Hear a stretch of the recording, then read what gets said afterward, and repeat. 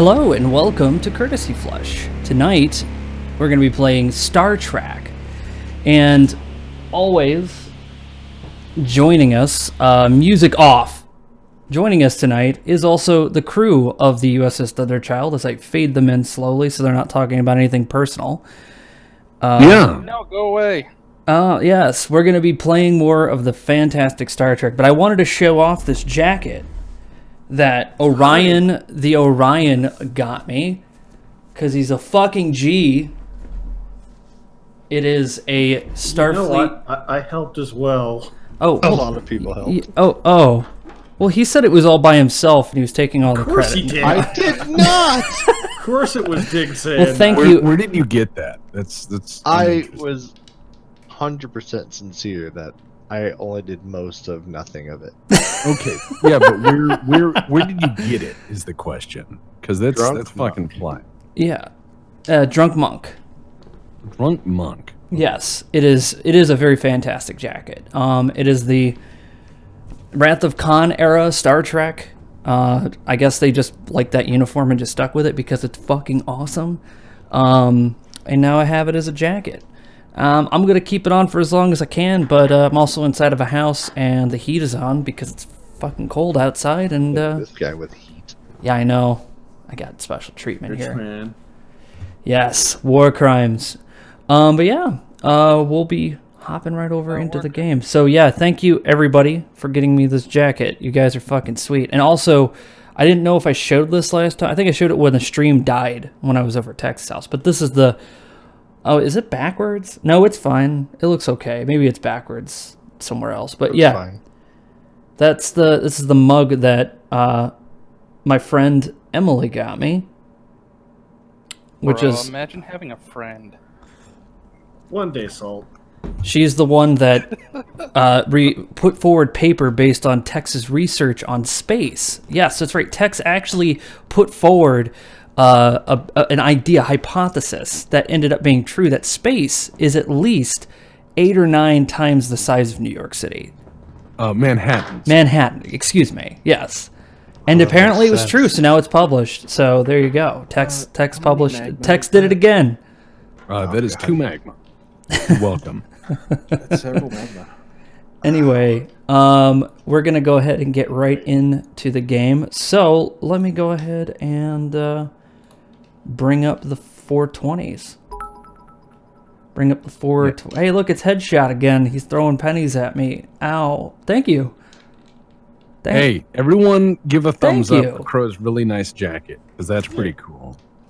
Thanks for the heart emoji. That was all Diggs. It was It all... was not. Crow is growing a 1970s undercover narco cop mustache. I killed my father. It's funny because I said that that's what's going to happen, and you're like, yeah, that's cool. And I'm like, okay. It is awesome. What you need is one of those El Paso gun leather Miami Vice style shoulder holsters and an ivory handled 1911 that's all chromed out. And then you need a Hawaiian shirt over it Yes. and sunglasses. That would be great. I need aviators. Oh man. All right, let's go I'm ahead. going to be 100% truthfully with you here. I felt when I bought the hoodie, I paid for it myself, and I was like, I'm just going to cover it. But then Frank the Tank, who is somebody on this show, I forgot his character's name. Frank. His character's name is Frank as well. You're right. That's why. Wow. He can't be here. Cobalt Commando, our beloved Grkek, and our other Gorn, Solar, and his way more popular companion Boulder, all threw in some money towards it. And in fact, at the end of the day, all I did was the legwork because they made the entire amount in donations. Isn't that nice? It was awesome. I was hoping they would split it, but then Frank came in like. They already covered the price. I mean, they pretty much covered it, so it was a 3-way split, and then Frank showed up and finished it off. And I was like, all right, free hoodie. That's awesome. Well, thank you guys. Thank you very much for saying that. I'll stop being such a whiny little...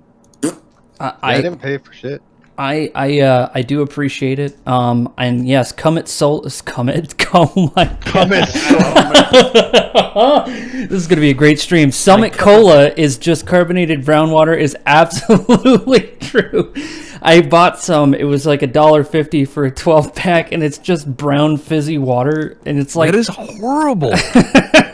I'm like, fresh from Flint. Thanks, guys. Appreciate it. Oh man.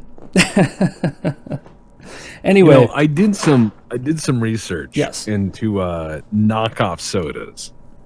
Mhm. Okay, and some of them are pretty good. Some of them are really insane.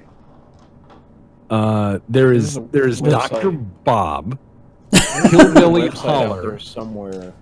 Oh, there's several websites dedicated. There's to one these. I remember finding exclusively for Dr. Pepper knockoffs. Oh my It god. blew my mind that somebody would dedicate to something that specific. Well, there's Mr. Pig, Mountain Shoutin', oh, that's Dr. great. 38. Dr. 38. Dr. 38 sounds awesome. Yeah. Let's see. Nice.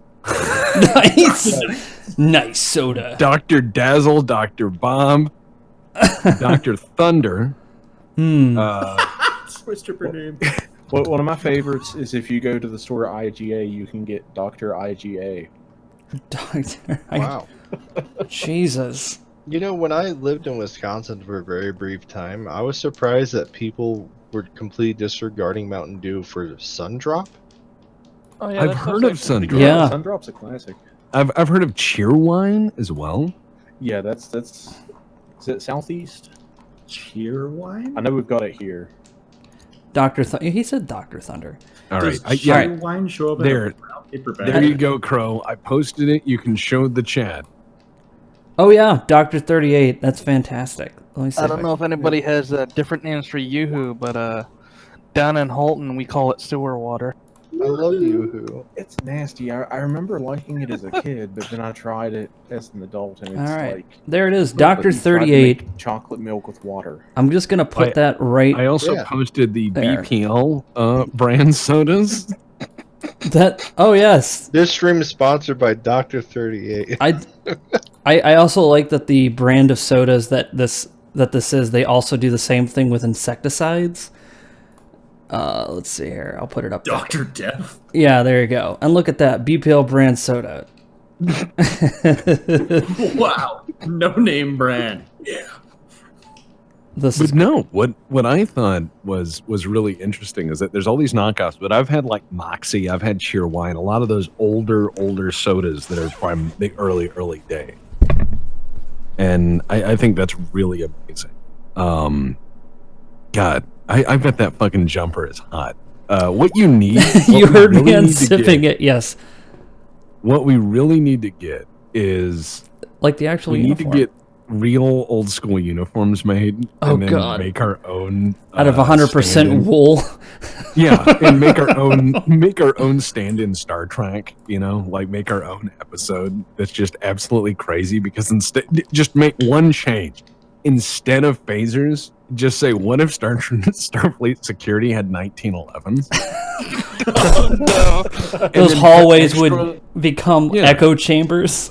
Well, that's what I mean is put extra loud flash blanks in there so it's like deafening when someone shoots one and then you just have huge squid. So this alien is like, Star Trek Enterprise, I am here. And then you just see his head explode like a stick of dynamite. And then like one of the security guys just spins it on his finger and holsters it. Give them the standard action movie bottomless magazines.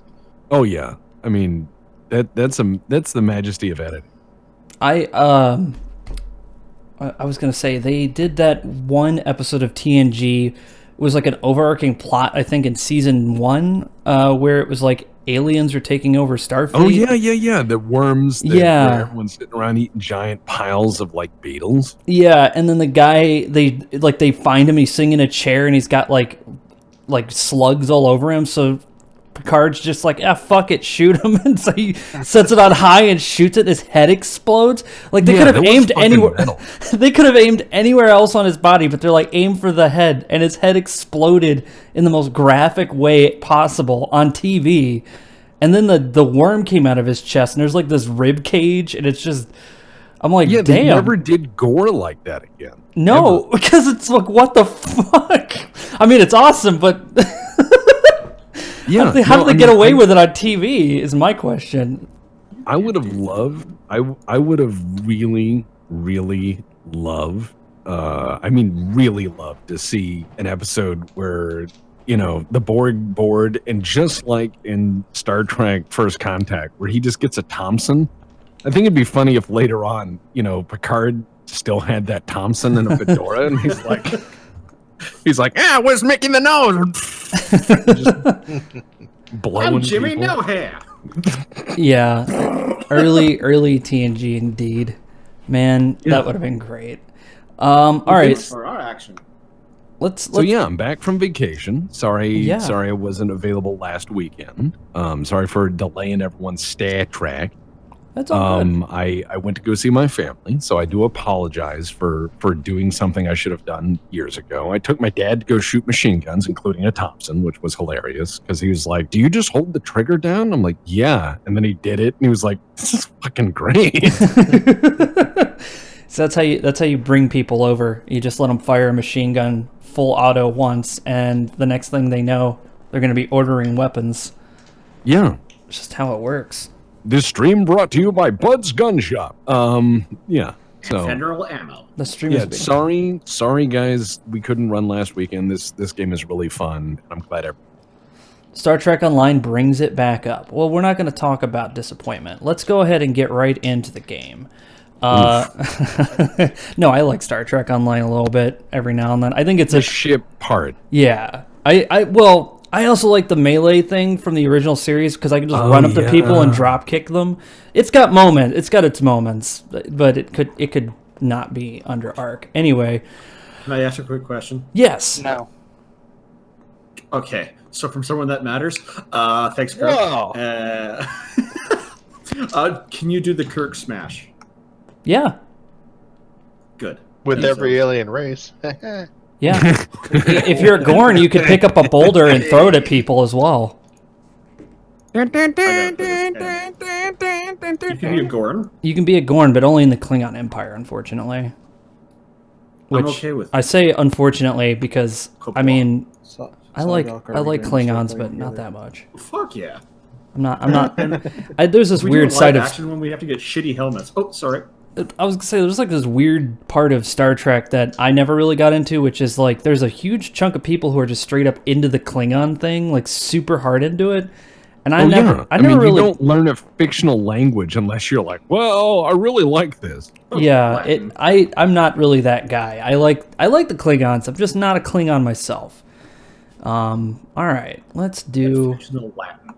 Okay, you know what? To start this stream off, let's do this proper. Let's go around and ask everyone if you could be any race in Star Trek, but you have to be in Starfleet. So none of that Klingon. Well, you could be a Klingon. Non-human race, you should say, right? Can I be like the meme answer and say Borg like 7 of 9? No. No, you may not. I like how you shoot. Like no. You've ruined this. That's how you have to approach salt. No. No. All right, so go ahead. What would yours be, Tex? I would definitely probably I'd have to think. Pass for now. Okay. Kobold. And Cold. I don't know. no, it's all good. Slar. Oh. It's a toss-up between Cardassian and Horta. Oh, there you go. Horta, like No, kill I! Just rolling around the floor. Honestly, I'm trying to think, and the more I think, the more I realize that they're all assholes. Kind of. No. Well, I think I'll say Andorian. I like the Andorians. Yeah, I now that I've thought about it, I'm probably gonna go with Andorian just because I'm already really paranoid. Yeah. And I think that would just work well. Where I'm like, yes, that's what was meant to happen. What is it? Let's investigate. And just be very crazy. But then again, that's all based off Commander Shran, who's probably the best Andorian. Commander Shran made Enterprise, man. I was always happy when that character came on. All right. What about you, Diggs? Does it have to be original series? It can be any. Yeah. Ferengi. The Ferengi Knight. Oh man. Alright, even though they look like ass, it's just their culture is just so fun to think about. Just you pretty much come into life trying to figure out how to buy out your parents. Like that's true. I mean, even their sounds- marriage It sounds is like a horrifying nightmare, but Ferengi and Starfleet specifically is hilarious. oh yeah. Nog. Gotta have your Nog was a great Inquisition. character. Oh yeah, the Kirk and Gorn thing. That's great.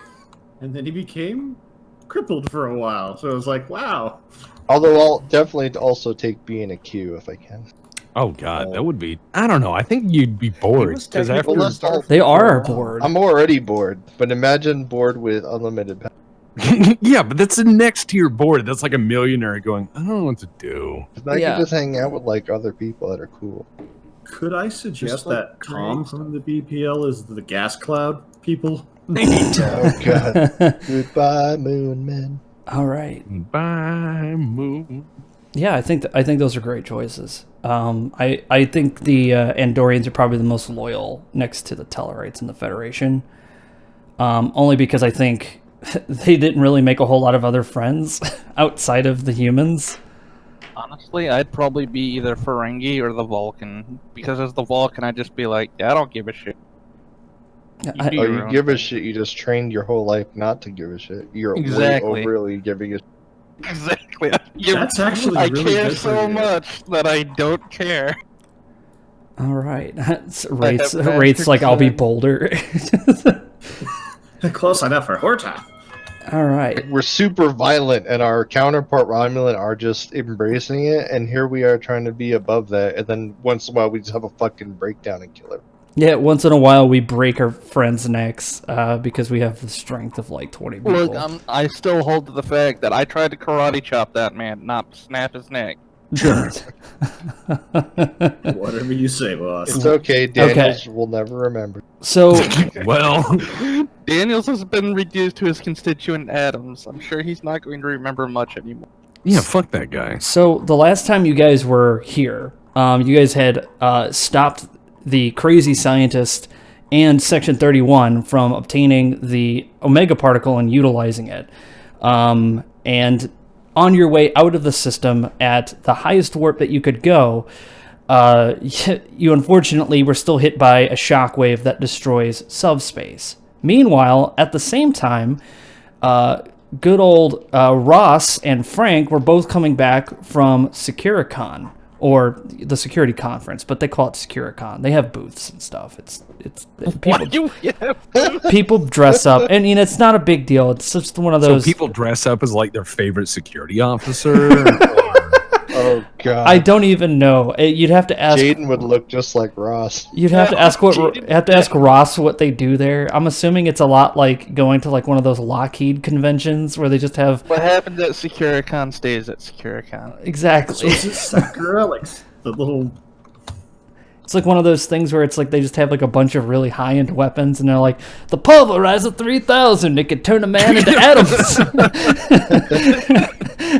So Cut they're through a like, hole, cut through a person. They're all The good. fucking plot twist is that it's hosted by Mud. oh my god. No. So what you're telling me is there's a security convention called Securicon, Yes. and that all they do at Securicon is sit around and think about new ways to play security. And they're like, oh, what if we just shot everyone in the mouth? You know? Don't stop them from Good talk, talking Chad. back. Yeah, they had Ross go to there and speak about his dealings with combat and the Klingons because of that the first time you guys took the Essus out. and destroyed that Klingon bird of prey using the nacelle. They wanted to know his side of the story and how you can survive on stuff. So he goes up there and he's like, "Yeah, I pretty much killed everyone myself." Securicon has old Secret Service cosplay. All right, come in, Mr. President. A fake president. They even carry the old fucking ballistic weapons. Oh It's like man! they have their friends dressed as like old presidents as well, and they're just like protecting them. But since it's so far in the future, it's old president, Space so it's Lincoln. like, yeah, it's like one guy dressed up as Lincoln and two guys as bodyguards. And the one guy taking him out from a knoll. Oh and man! you know, you would still have that like group of really old guys who are like obsessed with the 1911 and a bunch of other old gear like that. I want to firmly believe that the cult of John Moses Browning is alive and well. Oh yeah! In this time period. As a matter of fact, alien cultures have actually deified John Moses Browning and most Earth firearms, for that matter. But we'll get into that later. Just one last thing. Yeah. Go ahead. Because this is insane. I think it's funny that as any DM, you create your headcanon. Mhm. Because it's like when I was talking to someone about Traveler, and they said that in Traveler, there's the set universe of Traveler, and then there's your version of Traveler. So we are doing our twisted version of Star Trek right now. Yeah, I think that's great. It's in the stuff you guys are doing are in canon. I mean, this crew is in canon responsible for the reason why there's an Omega particle protocol, which Excellent. hasn't been written yet because nobody knows what the fuck happened. Which is why now you guys are trying to get back to Starfleet. So let's go ahead and I'll just throw in some music here. I'm just gonna hit this one. Or are you? There we go. This one's always like so harsh. Let's pick this one. There we go. That one's even worse in my opinion. I know, but so the last time we left the crew, they were currently on their way to the nearest starbase when, unfortunately, they aren't able to activate their warp engines. It's not that their engines don't work anymore, they're just not able to create a stable bubble. Subspace has been completely destroyed by the Omega particle. On the way back from Securicon, Ross and Frank were both riding in the Type F shuttlecraft, which has a capable warp engine and impulse and a jury-rigged transporter, which nobody knows how that even got on there, but everyone can kind of guess and probably be right about that. And on his way back, they just automatically drop out of warp, and they have been adrift for about the same amount of time that the crew on the Thunderchild has, which has been 2 weeks. Oh, no. So currently they have trapped in this tiny room together. Yeah, if you guys look at the shuttlecraft imagery on your roll 20 there's a you can see how small that is. You got It's like being stuck in a short bus. Exactly. So they're currently on their way to the last known position of the Thunderchild, but there's no subspace radio, there's no subspace transportation. They're pretty much running on impulse, unlike the Thunderchild, which is running only on thrusters, because if you remember from the last episode, well, the crew of the torpedo bay, which is also connected to the deflector dish on top of the ship, detached itself and used the impulse engines to drive them into the blast of the Omega particle in order to shield the Thunderchild. By doing so, they have basically left the Thunderchild with nothing but thrusters and phasers. They still have phasers, so if they do come under attack, they still have 2 points of defense, but no torpedoes. And in this setting, having no real kind of explosive is not going to bode well if you have to go for starship combat, but it doesn't seem like they're going anywhere fast. In the last 2 weeks, they had all been kind of trying to figure out how they're going to work it. They've all come up with different crazy ideas. None have worked so far. Grakek is currently working on trying to figure out how he can really kind of work with this lizard virus, but he has very little samples of it left. The scientist that was working on it before was a part of, sadly, the Possum crew that saved the ship, basically. And currently, the cargo bay was working on the bar, which was being put into the social sciences lab. Because who the fuck cares about social sciences? So they just took that shit out. They put a bar in it, and it's only 2 decks down from the bridge, so it's easy access for the captain and crew, or any officer really, and it's right next to the library, so you can grab yourself a drink and a nice little book and end up reading. I guess it's weird to think that they read in this, or like I guess get a book. I think they just get like one of those weird yellow, like tapes, or just like squares, and they put it in, and it's like, it was the best of times, it was the worst of times, and that's how it's. Oh God, could you imagine? Like, I love this book. Tale of Two Cities, read by the Starship Computer, would be hilarious. Davy Jones. There has to be a Microsoft Sam type voice simulator of that out there somewhere. I'm sure there is, but this is Star Trek, and for some reason they didn't foresee text-to-speech, so we're just gonna go with it. Stick. No, with only thrusters, they are now able to kind of tut along toward their, to at least the edge of space where warp is capable. But right now, they're currently just sort of hanging out. It's been 2 weeks. Slar has been working hard on a new project, and he had just completed it, which is the new bartender that will be working with Orion. Since Orion really doesn't have much else that he could do right now, considering that subspace communication is out, he's decided to just take up working in the bar, a job he's not unfamiliar with. And he's taken on the task of training Slar's newest creation, Beerski 2000, a space probe that was actually turned into a bartender, which is not very good, but Slar needed something to do because the warp engine was making him angry, and the last time he got mad at the warp engine, he broke something, and he doesn't want that to happen. So he took time for himself to be able to build this. And so Ryan and Beerski 2000 are currently sitting in the bar, serving drinks to the crew, and morale is about what you'd expect. The captain is trying his best not to give up on the situation. Drac is kind of confined himself to quarters drinking. You can hear things breaking in his quarters. You're assuming that it's him, but he could also be watching some old Earth television show. For some reason, he was really interested in stuff like Bonanza and like old detective shows. It's one of his favorite pastimes. So that is currently what the crew is doing. So we'll go ahead and start with the Thunder Child first, and then we're going to cut over to you and Frank in the shuttlecraft there, Ross. So let's go ahead and start by asking the captain what he's doing. Well, all right. Captain Horatio is probably having his third or fourth scotch of the evening, so he's drinking less than normal. Yes. Yeah, just trying to be responsible. And he's thinking about life and liberty and the pursuit of, good God, where are we? And he's wondering how to get the funk out of the situation. But he's also probably going to be reading any research he can on how to deal with non-formation of a warp bubble. Okay. And Grekek, what are you doing? Well, what did you say about the research on the virus? Grekek has been throwing himself into his research. He's been throwing himself into his research.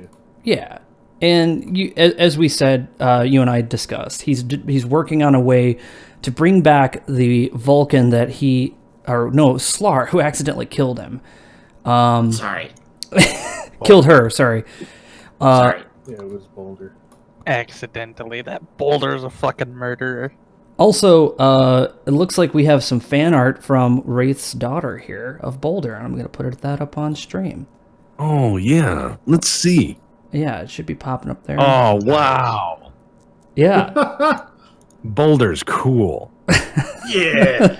Hollywood royalty. That is Hollywood Boulder. That's him off the set. Yeah, that's a total thing that they're going to do. Yeah, that's sweet. Johnny Cage Boulder.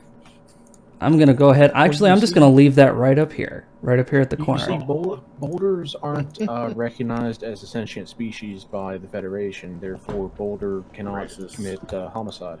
Not yet. Oh. You got to talk to Slar about that. He could tell you a thing or two. They're just considered a natural disaster. Yeah, he died of natural causes. What happened to Boulder? All right. They have to write a special clause, active boulder. So with Grikek working on his thing, and I actually wanted you to do some rolls for me. You're gonna do a reason medicine. You're doing medicine. Reason medicine, and it's going to be a task roll of 2, complication range of 2, and that's pretty much it. Just want you to do that for me. Do it again. Again? Yes, please. Thank you. All right, and those double successes. I'm not. You're not going to get a momentum for that. That's just for something I'm working on right now. But yeah, you haven't really made any major breakthroughs, but you do find that you are able to possibly reignite some neural pathways inside of her brain, which is very promising. You aren't entirely sure if there will be anything still there, but it is one step closer to bringing the dead back to life. What? Welcome to the T-virus, gentlemen. Yeah, well, he's been working How with... nice You mean the the skin T looks. virus for possum? Yeah, he's been working on... No, it's the O virus for possum. Oh yeah, the O possum, the O virus. He still has all of his baby possums that he has been feeding and taking care of inside of his lab, which is down here. They're the little tiny red dots that are behind this desk here, where his nurse used to be. Also in Sick bay is now empty. yeah, sickbay has nobody in it. Everyone's just the most he's been treating. If you look very closely, there's a small tear on. Oh, there is a little tear. Wouldn't it be funny? You should put a if he tear had on his picture. Some cages everywhere, so it looked like a Petco. So it's like these little grids. The back room. The back room is like tables of research equipment, and then just walls of possums. Oh, I think with what didn't we say? Yeah, that's right. In cargo, you still have those chicken coops, so you still have chickens. You have actual food if you need it. Eggs mostly. You've been kind of, well, defending people from defending the chickens from being eaten by the chefs, who are currently kind of yelling at the officer crew to see if they could try to locate an M-class planet or something nearby where they can restock the food supplies, because with the amount of people that are on board and the amount of food they have, and the time it would actually take for anything to actually reach the edge of this warp field travesty, it sounds like you guys are going to start running out of food very soon. They're basically just yelling over the intercom like, I just want to get the food. Yeah, exactly. So it's a very multicultural ship. But yeah, so Grikek is doing that, and he's doing pretty okay on that. You're going to see the results of that role in a little bit. And Slar, what are you doing? Well, besides regular workout with Daniels 2.0. Yeah, Daniels 2.0, which, if you guys were watching Shadowrun last night, it was that character. Oh, God. So hopefully he's turning into a real Kyle, and then while he's not doing that, he wants to work on the bar and establish a series of survival boulders. Oh. Yeah. Well, currently, your Daniels 2.0 has not been turning into a Kyle, and has actually been slacking off in his duties because he heard about this one idea that might be able to get him get the ship out of there quicker, but unfortunately it means he has to read more that he hasn't been able to do in a while, and he was trying to stand in line, and so he just has this giant stream of conscious of reasons why he's not been good at anything right now. And Schlar will put his finger to the guy's lips and go, shh. Fine, book. Give book. Yes. Silence. but he has to go through the bar to get there. So, Go now. anybody else in the bar other than just Orion? The captain's in his quarter. Captain's- Doing what the captain does. Yes. Which is reading right now. Yes. Okay. So, Orion, you are currently sitting at the bar. And there are several different crew member patrons. Some of them are out of uniform, even though they should be on duty. But how do you... so am I, technically. Yeah. I actually have a picture of Orion here. I'm going to put it up on stream as well. Check it out. And I'm going to put that, put that up on Roll20. See how big it makes it. Oh my god, It came out really good. it's amazing. It is beautiful. Oh, shit. It got so big. I'm a big boy. I'm just going to make that tiny. Damn. You want a refill, Captain? He's like, I'm rationing booze, and so he like, no, he's like, I've got some of that aerosol booze you like, and it's in a spray bottle. It's like, As you're reading, you just spray and stuff. So, yeah. There is no wrong way to consume alcohol. Oh, man. Rectally. All right. So, yeah, he's currently serving people at the bar with Beersky 2000, who is a probe turned droid trying his best to serve alcohol. You have a couple of crewmen just sort of sitting around, people talking. It's quite civil, actually. Dimly lit. There's some light music playing in the background, which I don't have queued, so apologies on that. Yeah, and everybody's... Yeah, exactly. There's like a little bit of bass going on. What are you doing, Orion? I'm just making sure everyone has an adequate amount in their drinks and keeping an eye on the captain, offering my assistant if he has any questions when it comes to his research on attempting to fix our situation, while trying to engross himself in other people's emotional states to not freak the hell out thinking he's going to die either by starvation or by a panicked crew in the near future. One of the crewmen walks up to the bar wanting to get something to drink, and right before you could say anything, Beersky, the little droid, just kind of floats over, and it's just like, "Welcome, patron. I am here to give you alcoholic beverages to consume." And then it goes and starts pouring a drink, but very badly, and starts spilling things. And then it's like, "Consume beverage or die! Consume beverage or die!" No, that's not how we do it. That's not how we... I am confused. Explain. Intoxicate. Intoxicate. I would love to see like a Robbie the Robot style robot where it's just all this mechanical shit crunching around in it. It's like walking around all slow.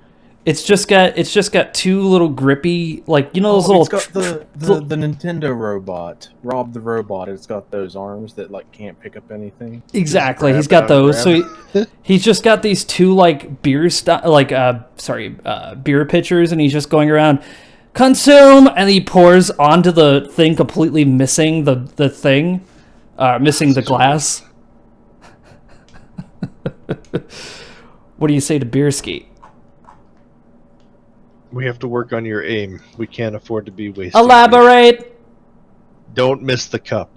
Don't miss the cup. Affirmative. And then a laser comes out of his chest and fires right at the cup. Oh no! And it causes a little bit of the bar to break off, but not enough of it to actually make any difference. Does this please you? I'm impressed with your accuracy. I meant with the beer pouring. Affirmative. Pouring beer. And then he goes to pour it again, and it actually spills all over the floor in front of him. And he goes, "I am sorry. I will go correct mistake. I will go correct mistake." And he walks... I believe in you, good buddy. He floats into the back of the room, and he, as he's floating, his arm grabs like all the alcoholic beverages that are right behind you, and they all start falling into the ground. Why did you do that? As he's going back there, because he doesn't know his arm is stuck out that far. Oh, God. So he's just knocking glass everywhere. I just kind of cursed Slar's name under my voice. Slar. All right. Just sounded freaking glad. Oh man. So yeah, Beerski 2000 is doing his best. You guys are currently on your way. There's only one person on the bridge. It is just a blue shirt crewman, scientists, air quote. You've never seen him do science, but he's wearing the blue shirt, so he better be doing some fucking science, or he's gonna get a red shirt. Every time he sees Grkek, he just like ducks in the nearest door. Exactly. He's like, that's like, you've seen this guy before with a gold shirt, but for some reason he's wearing a blue shirt. He's been at the science station, and you're kind of like, you better be doing some fucking science. This better not be some bullshit. What's your degree in? You know, one of those things. So yeah, you guys are currently drifting along and making your way back to warp-capable space. And then we will now catch up on Ross.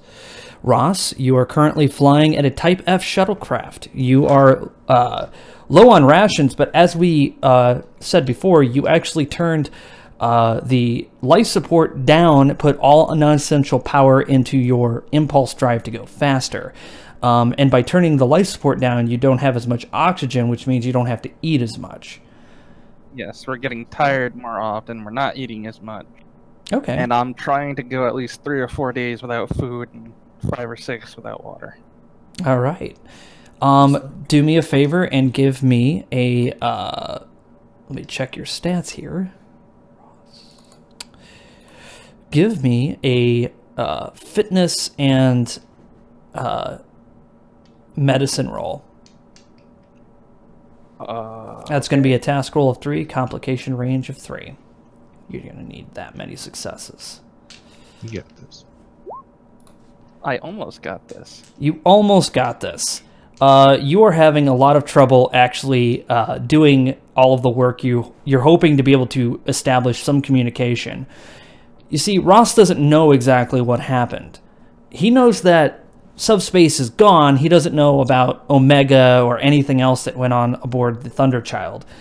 So he's currently just sort of flying blind because the opposite direction in which he came is actually farther for him to get to safety. So he's hoping that by going toward where the Thunderchild's last known position was, he can hopefully retrace steps and be able to find you guys. That's where he's currently at. Yeah, and like tearing the innards of the shuttle apart too, trying to find like systems that seem redundant and putting power to the end.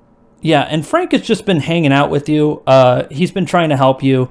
I'm not going to try to play his character much, but I am going to say that he does look like he's been scratching and itching a bit more. I think the lack of life support is actually making him break out.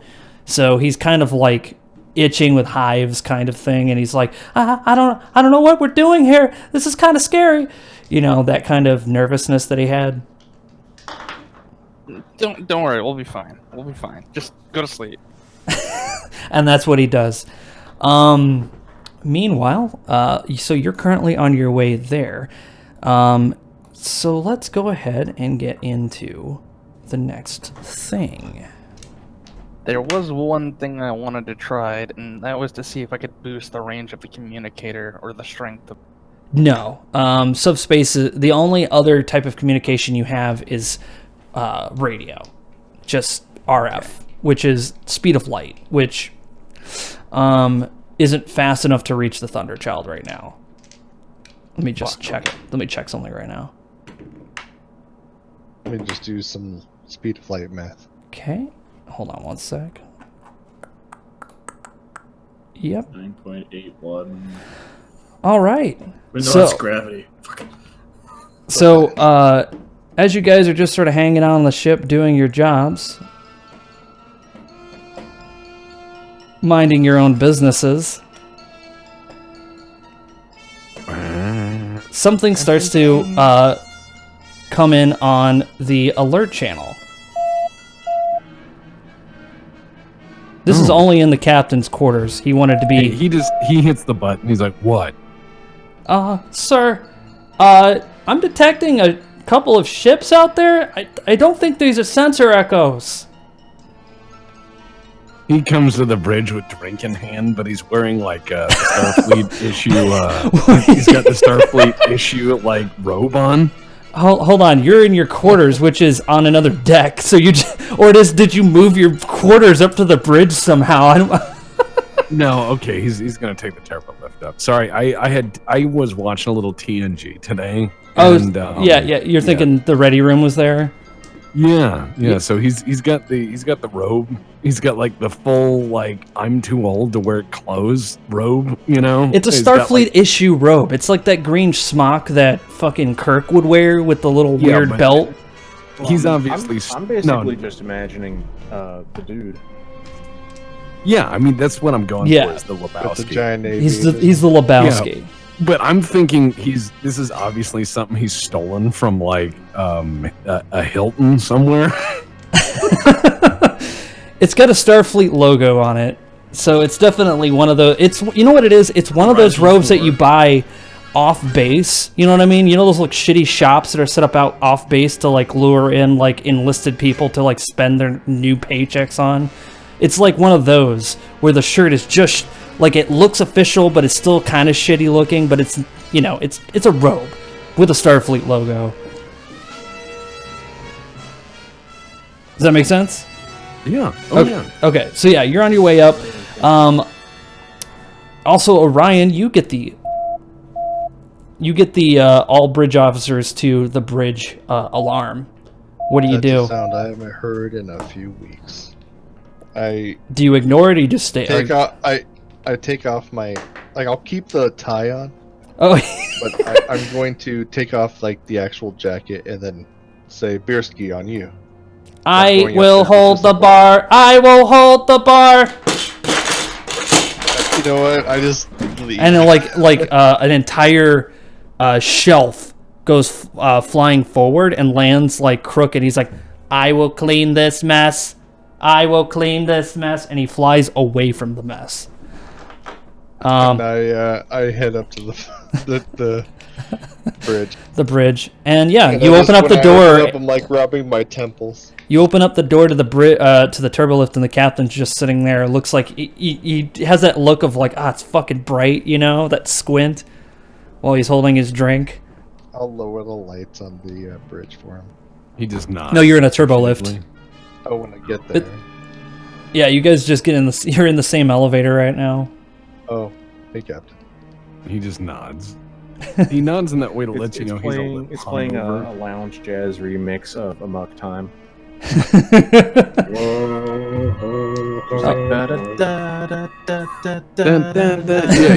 like kind of upbeat, you know. That would be great. It gets you going as you get to your place.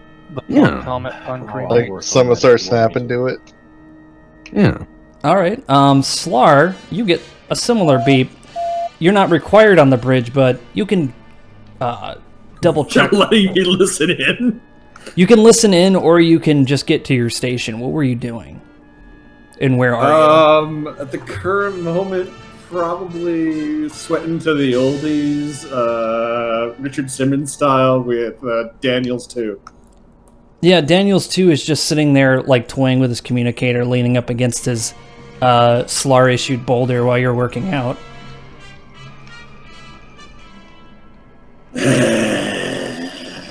He looks up. He looks up from his thing and he closes it and quickly puts it in his pocket. Sorry, I was looking at the seeing if I could make it go farther so we could talk to people that are farther away from us, sir. So Slar's just looking with his requisition like afro as well, those little sweatbands they used to have in the old workout videos. Yeah, and single leotard kind of thing. Just glares and goes, "Turn on the communicator. We will work now." Oh, okay. Which one is that? You disappoint. Is it this one? Demotion. I don't even have Press a crank button. anymore. Press a button. Oh, this one?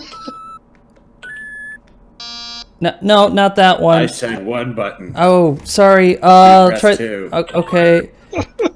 Stop pressing buttons. You just turned off the fucking engine.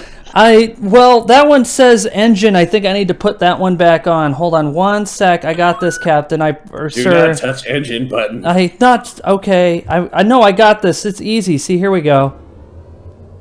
There. That's nice. Self-destruct initiated. No, yeah, that would be fucking horrible. Wasn't that the fucking like the destruct code was like 0011A? Yeah. It's like, come on. Yeah, 001 Alpha Destruct, and it was like, what the fuck? Why is it so short? I guess that's before the era of passwords having to be long. They were like, yeah, it just needs to have 2 letters, 2 numbers, and just a special character.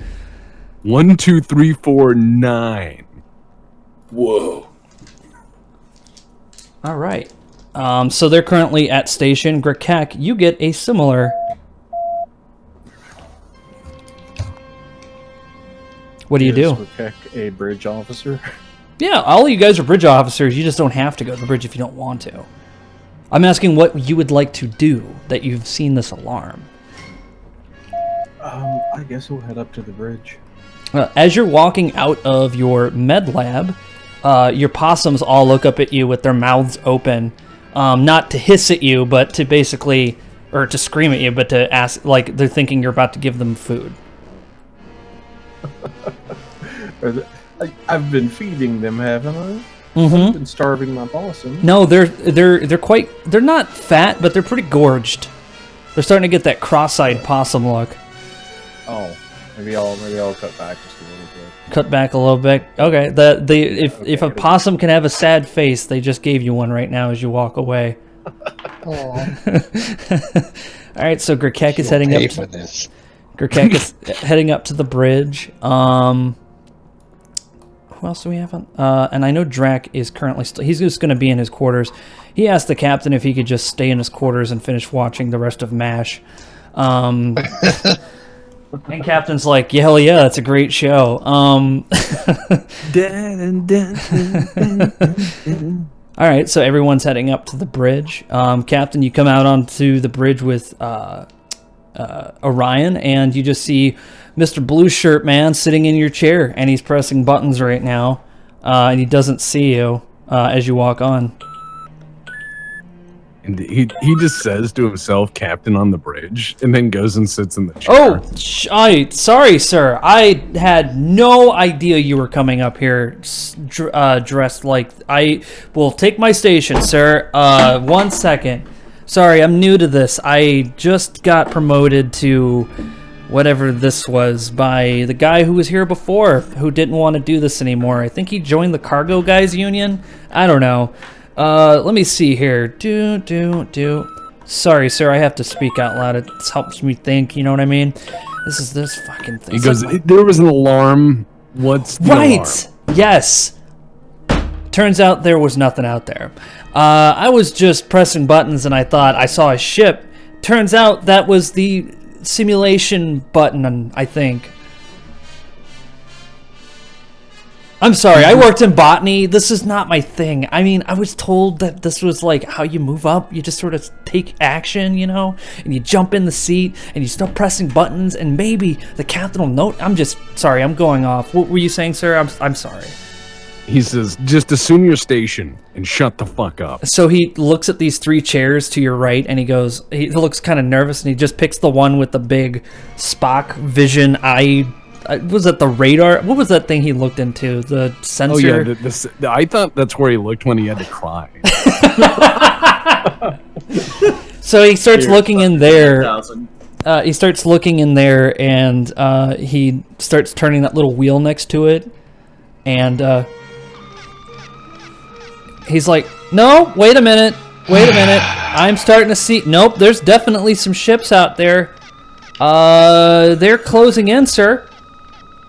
I take a nice soft seat on my rolly chair. Your rolly chair, as you sit down, a little cloud of dust poofs up out of the seat.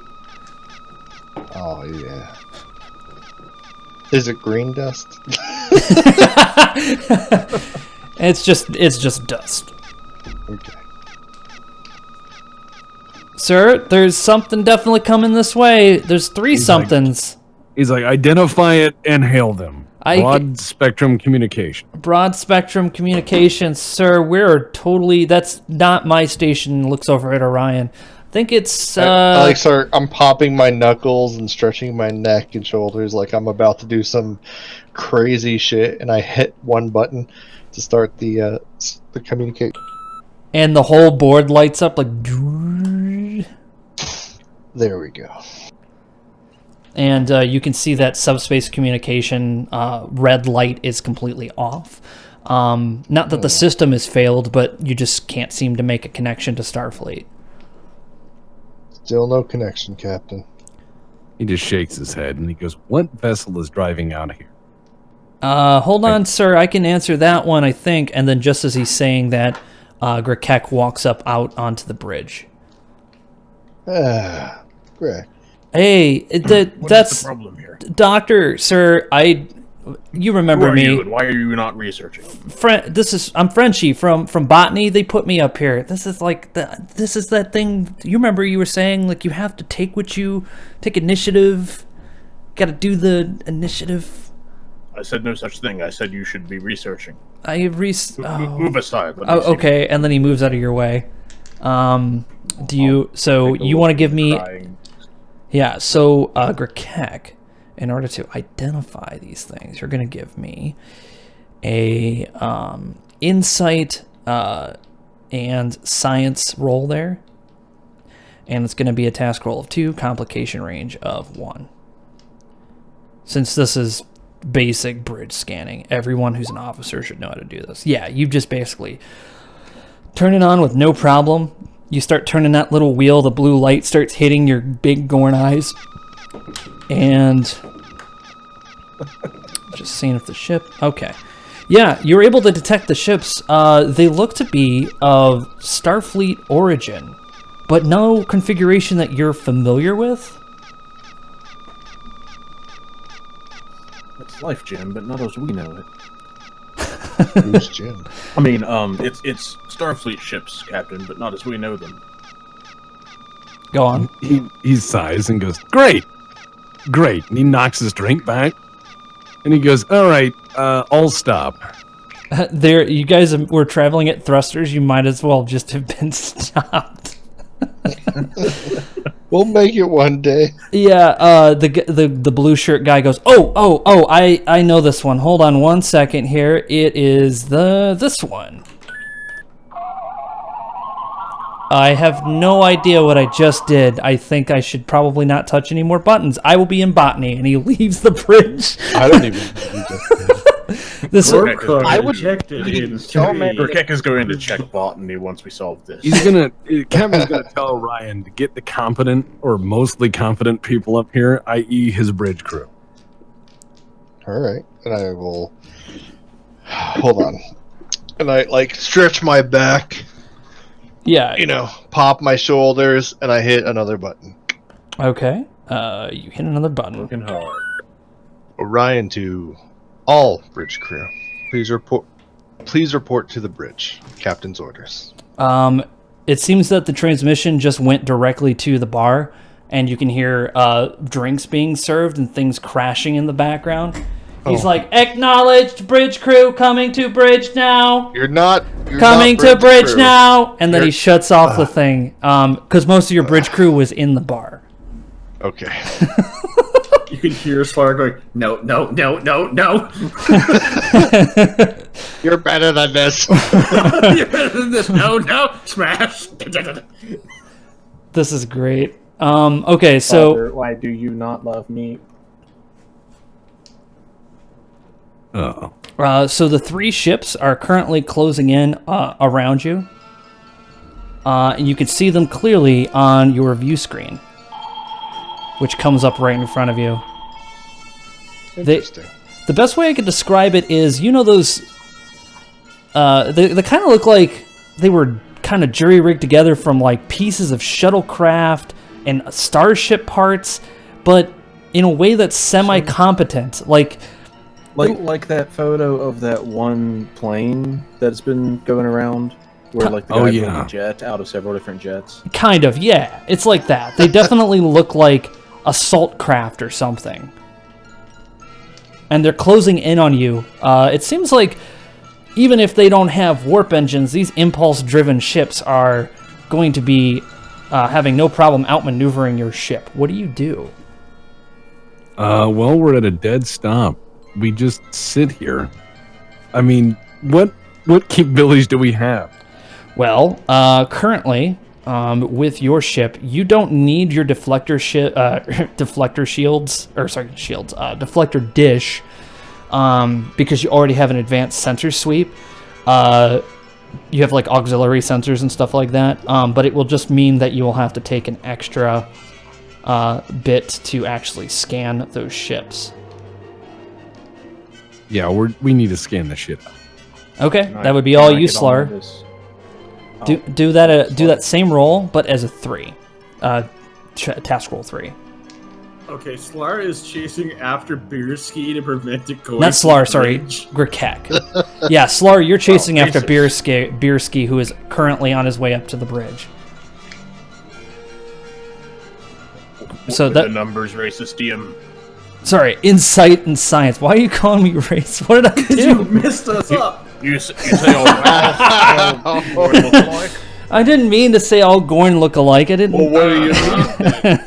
Obviously not Slar. What? Is Orion now a Gorn? Is that it? Yeah. Okay, so yeah, you're gonna give me that same roll, Grikek, but this time with task roll of 3. No, not a problem at all. Hold on, let me see if they can. All right.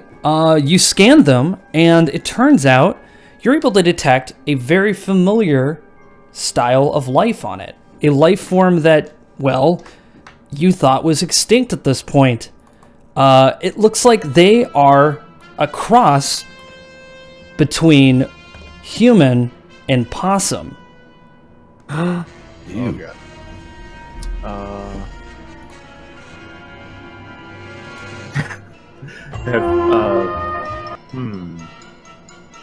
Hold open, guys. The station's over. I have no idea what button I'm hitting. It's all gone. I don't know what happened to it. You are the blue shirt hitting random buttons. We need a technical difficulty screen with like Gorn head. Oh, there it is. A corn being flushed down the I toilet. got it. Yep. Spaz, the final frontier. These are the voyages of the starship Thunderchild. Our mission is to seek out enemies of the Federation and bring them to justice. Mostly. Sometimes they die. Not my fault. Starfleet has given us a chance at redemption, so I say, fuck it. Never give up. Never surrender. Now where's my fucking scotch?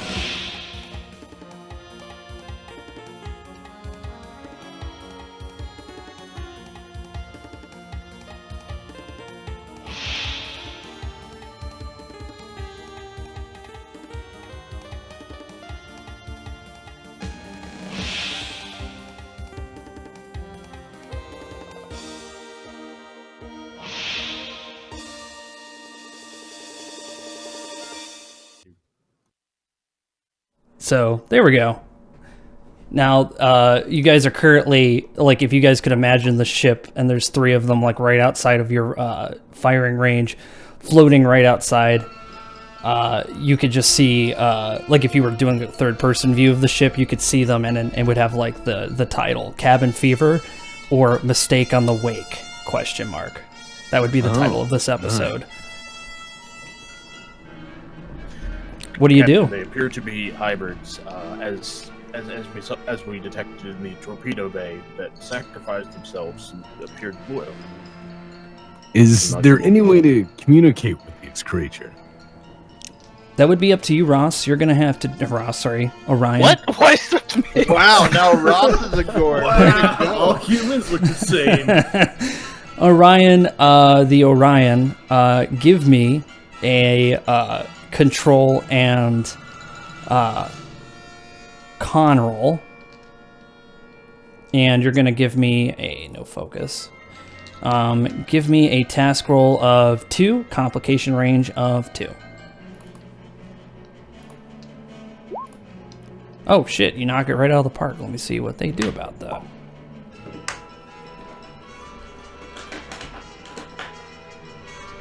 Sorry, I'm just updating my sheets here. Rick, you said they were the possum hybrids? Yes. Yes. You were able to, yeah, you were able to open up a a direct line to their ship, but you can't tell if they're listening to you or not. So here it is. It's open. You can't see them on the screen, but they're listening. I feel like with your experience with the Possum crew, you should be able to talk to them. Yeah, the captain's going to gesture, like, do that. Very, very well. Approaching ships. This is the USS Thunderchild. Why are you surrounding them? They don't respond. Do you, Not at Shield all. up, Captain? do you want to say anything else to them? The captain is going to speak up. Okay. He's going to go, attention unknown vessel. We're the USS Thunderchild. We are currently suffering major setbacks due to an explosion that seems to have made space unable to support a warp field. You can render assistance. There was a sacrifice by many valiant and loyal Noble. Noble Possum crewmen. which you seem to be, and we would very much appreciate you demonstrating such kindness to us. And then you just hear as they come up onto the view screen. You are liars. You will come with us. You will come with us. As They they mentioned family or join us, I'm going to be very upset. Join us. Yeah, the ships don't fire at you. They just get right within range of your weapons, and they activate a a tractor beam around all sides of your ship. So you guys are currently locked, and they start dragging you away somewhere that you can always scan ahead if you want, but they start taking your ship. What do you do?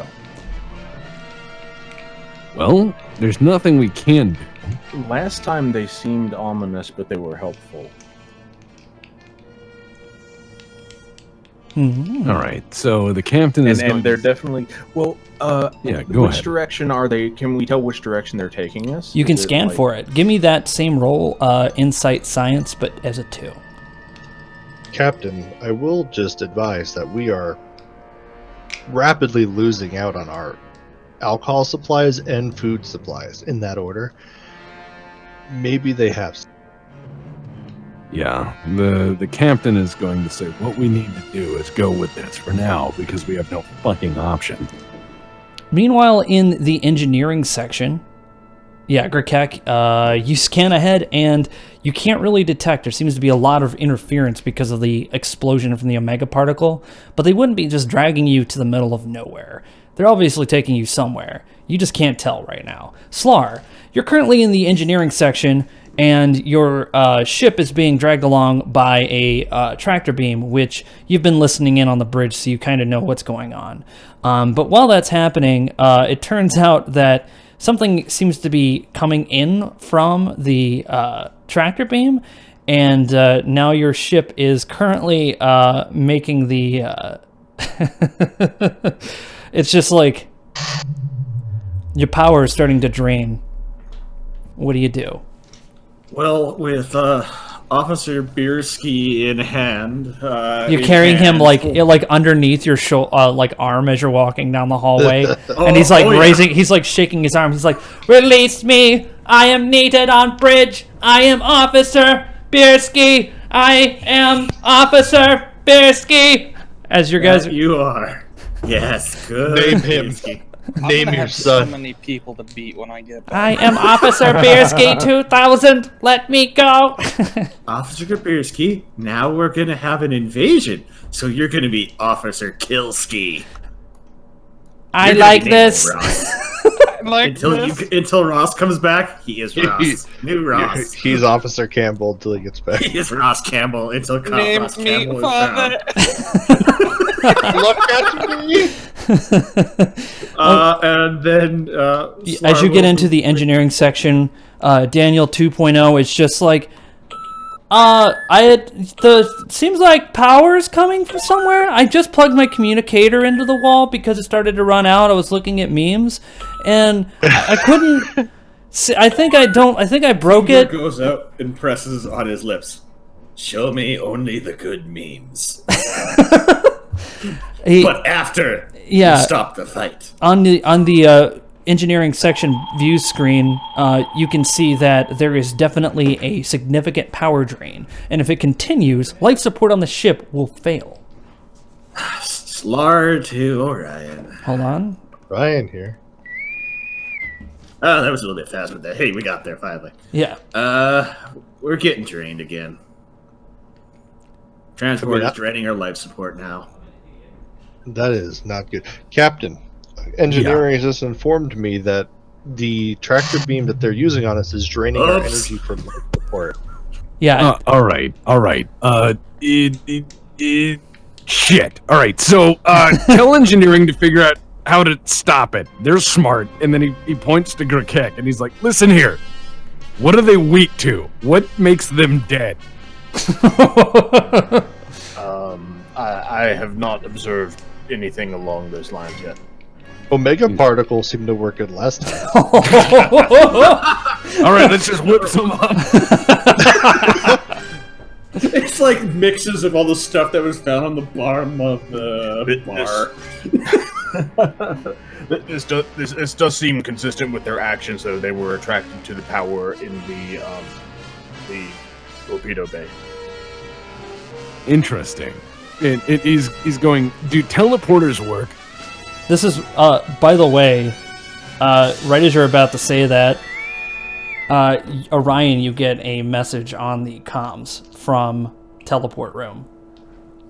I answer very quickly. Orion. Oh no! Teleport. That'll be the week. I generally teleport, and then he goes off. I still have no idea what he's saying.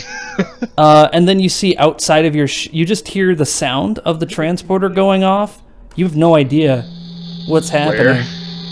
You just hear it activating, and then you see outside of your ship, one of the ships just go. Oops, not that. Sorry. One of the ships just go. Captain, apparently... teleport!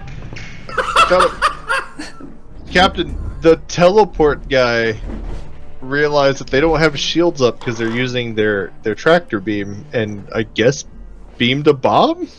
He's gonna say, tell teleport he gets more promotions if he can do that 2 more times. The other 2 ships notice that their friends just exploded and let go of your ship and start to fly away, like they're afraid now. Hail them immediately. We still do not know if they're actually hostile. They pick up the thing. You're on Why have you attacked us? What have you Because done? you threaten me. So here's what's gonna happen, you fuckstick. If you don't help us out of here, I'm gonna have teleport guy beam bees into your fucking brain. Take him to leader. We will take you to leader. Family. If you drain my power for 1 more second, I'm gonna put rocks in your fucking colon. I have a head of security that when he gets back, he makes war crimes look like Disneyland. Technically, Disneyland was shut down for war crimes in the 2030. In the Great Disneyland Pogrom. When Walt rose from the grave beneath You the see like a half possum guy come around the corner and like whisper something in the captain's ear, and he goes, "We will comply. Follow us. Follow." Captain, we do have 2 working phaser banks if you wish to utilize them. He shakes his head and he goes, no, then we'll be stranded here. These guys know how to navigate this shit. We need to figure out how. Aye, Captain. But no tricks! No tricks, or we will destroy you. Orion to teleport! To demonstrate our power! The next thing you know, on your bridge, your little button presser thing on your right side of your chair, Captain, just starts doing this. Demonstrate our power. Teleport guy, kill the other one. He just stares at the button. Interesting. And then all of a sudden you just see it go. Well, I guess it's not going to do that. Uh-oh, I think I'm crashing. It like burns out the light. No. I think I'm crashing. I need to close. Oh god, everything's crashing. Oh, there we go. Please don't. He hits that button. All right. He's going to hit that button. Okay, he hits that button and it shoots a little shock at you. Oh. Not enough to do any damage, but enough to make you go, oh shit. We have access. We have all access. CBS all access. No, I'm kidding. Check out Picard on CBS All Access now. Check out Picard on CBS. WWE Backstage All Access. Yeah. Step into the squared circle. So yeah, they're just letting you know that they have complete control over any systems on your ship if they want it. Okay. He's gonna. Poor guy's still on the line. Yeah, no, he's gonna look to Orion. He's gonna lean over to Orion very quickly, and he's gonna whisper. He's like, "Tell teleport guy into whatever he's fucking got to get it ready." I think I'm learning his dialect. Yeah.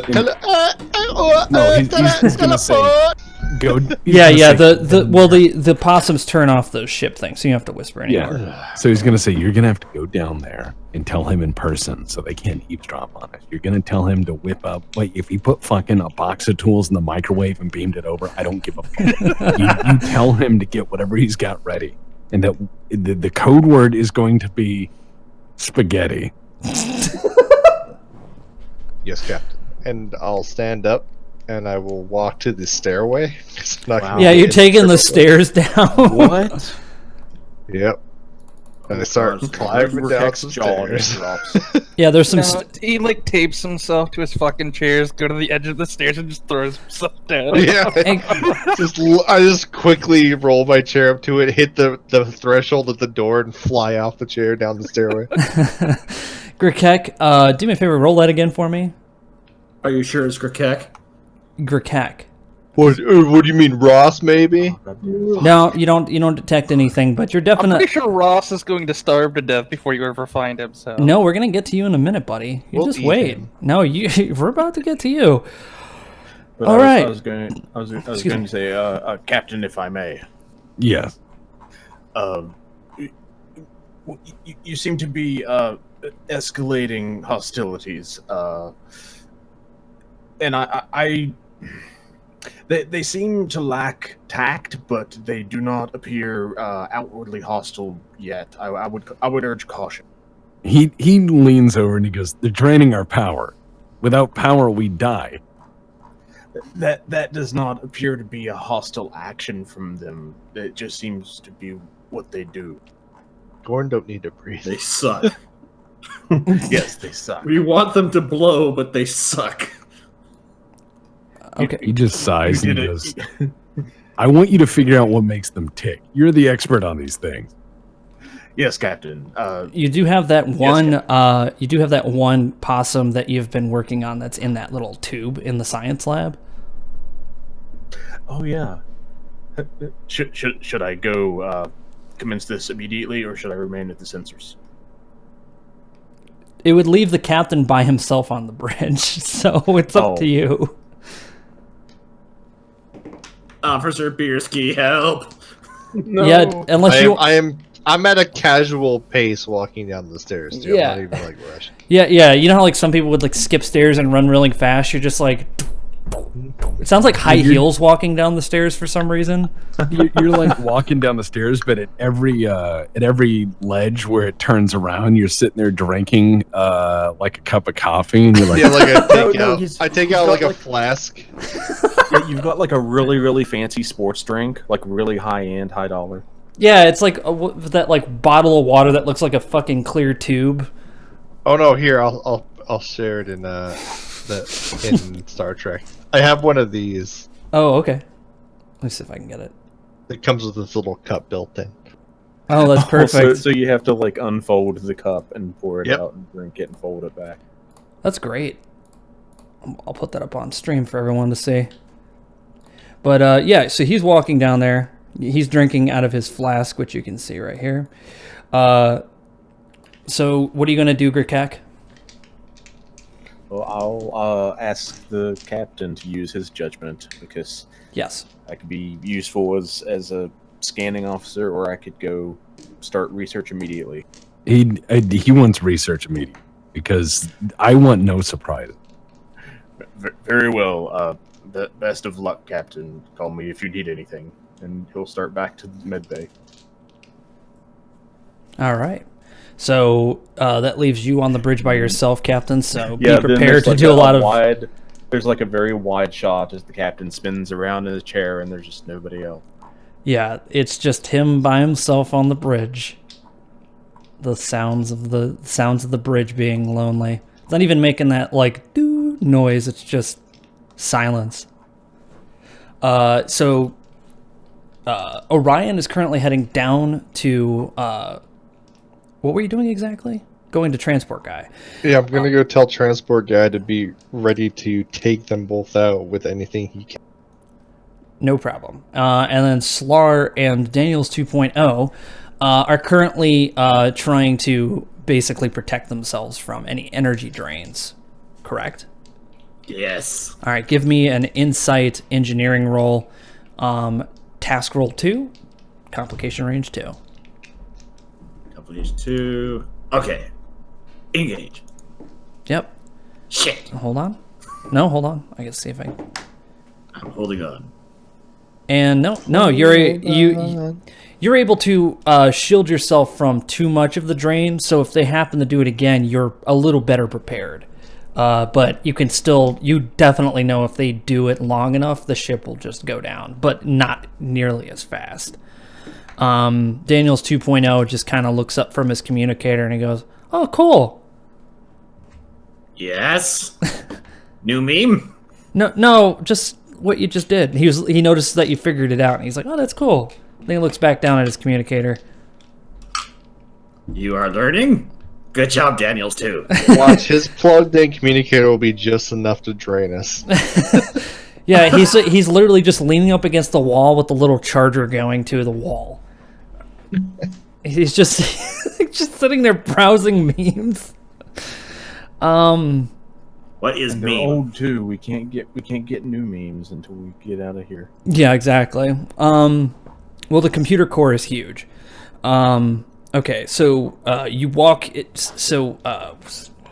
Orion. Sorry, I had to get my thoughts straight. Orion, you walk into the transport room, and you see that there are a ton of parts just everywhere. The place where there used to be a console for the transporter is just basically like 3 buttons, a couple of levers, and there's chains hanging from the ceiling. Chains.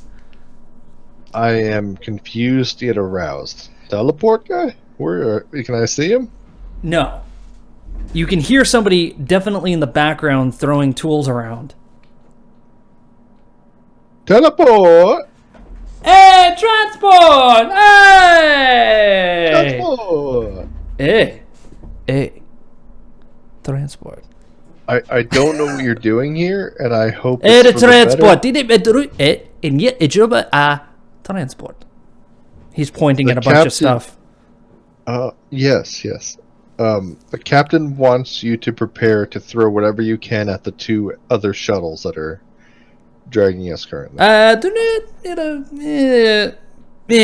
he just like does the I don't know, like look on his face. Yeah, transport. Well, if you feel like it, the code word will be spaghetti. I'm not going to tell you how to do your job. You do. Spaghetti. Oh, he said another word. Whoa. Orion's mind is blown.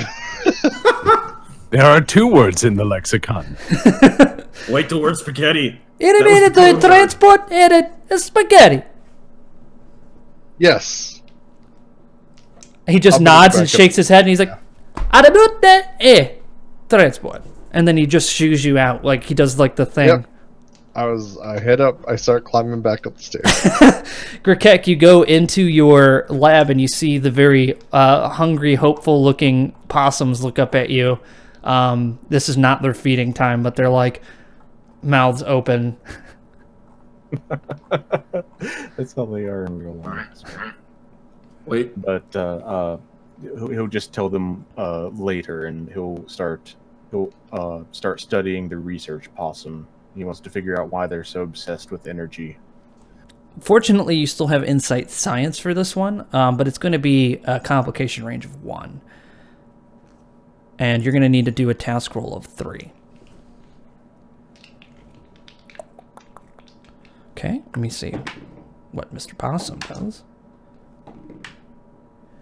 And yeah, you're able to detect a protein that was not it's not normally found in normal possums that come from this kind of mutation introduced by the lizard virus.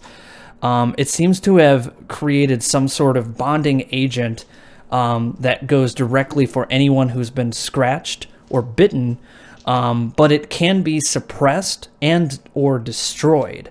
There is a way to synthesize it, quite possibly, you think. But it would take a little more research to find out. I'm going to immediately inform the captain of this and begin that research. Yeah, the captain's going to encourage you to do that research. He's going to be like, get on it. All right. As you guys are currently going toward wherever, Captain, what do you want to do? You're on the bridge right now by yourself. Do you want to scan? Do you just want to sit there and drink? What's your plan? He's done drinking. He's in scan mode. He's going to scan the shit out of everything. Okay, give me an insight science. That's going to be a task roll of 2, complication 2. Oh, I didn't hear the courtesy flush when Tom said. That's weird. It should have... The game is broken. Maybe it's not doing the thing? I don't know. It should have popped up. My immersion is completely shot from that. I don't know what to do anymore. This is a... Okay. You run the scanner, and you accidentally spill your drink on the dash, and now you're sitting here trying to wipe it up, and you're swearing under your breath. Great. Do you... as you're cleaning that up, that's when Orion walks up on the bridge. And you see the captain like on his knees underneath the thing, like wiping off the He's carpet. on his knees under the thing in a robe, and I'm looking from behind. Yeah, he's swearing. Captain, you may need to see medical about hemorrhoids. Anyways, I have some good news.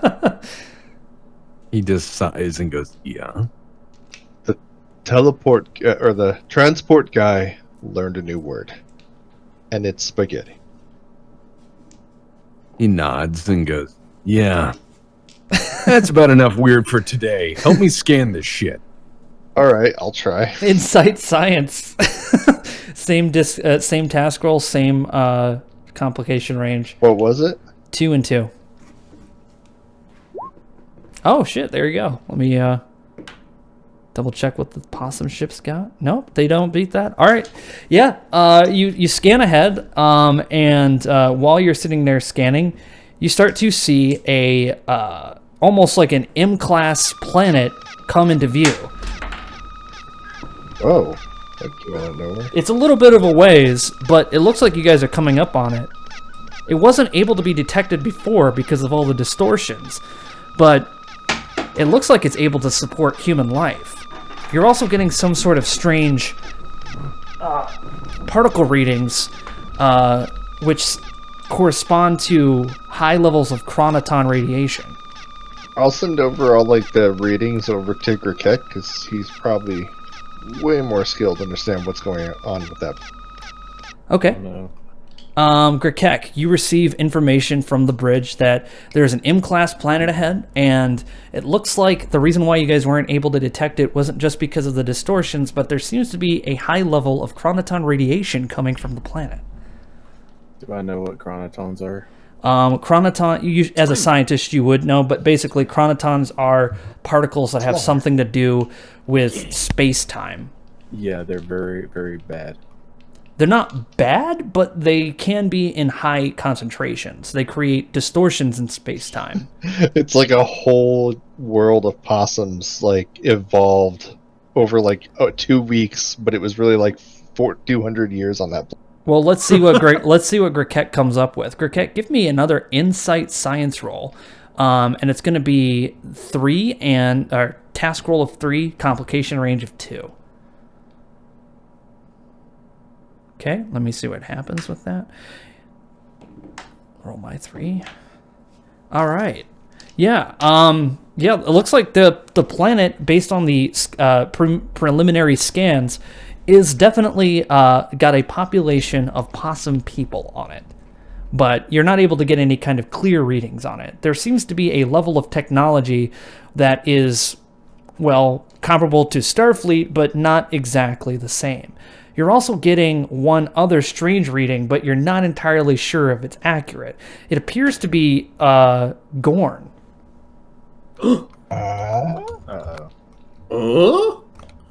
This can't be good. Everyone just gets that face on. So what do you say, Krikek? I don't know what there is to say. Do you want to tell the captain what you found? Yes. Sure. Captain, based on the information, the planet appears to have a population of these people, and as far as I can tell, a single Gorn. It's perplexing. He goes, a Gorn? What would a Gorn be doing there? I have no idea. Waves the 2 Gorn within your own ship. Hopefully, I have no idea. This makes no sense to me. It could be that your readings are just off. Very well could be, computer. Thank you.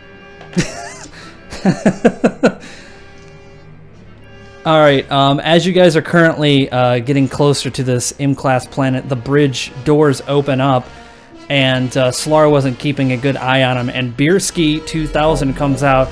I am here to assist. Bridge crew officer will take head at con. And he starts floating his way down toward the front of the captain. I will be protecting my communications console. The captain just raises an eyebrow, but he doesn't say anything because he's seen weirder shit. Yeah, there's a chair where someone would be sitting for con, but it's in his way, so he just does one of these.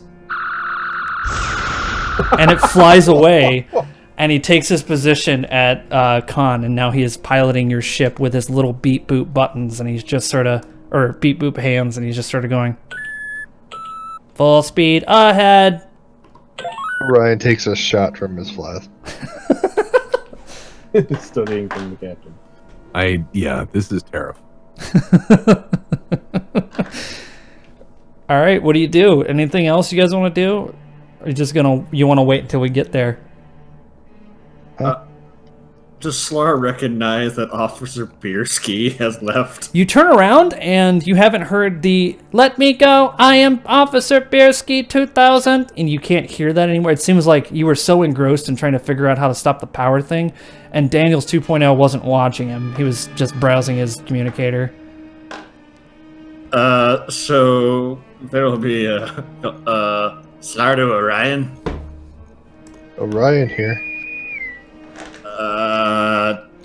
Is Bierski there?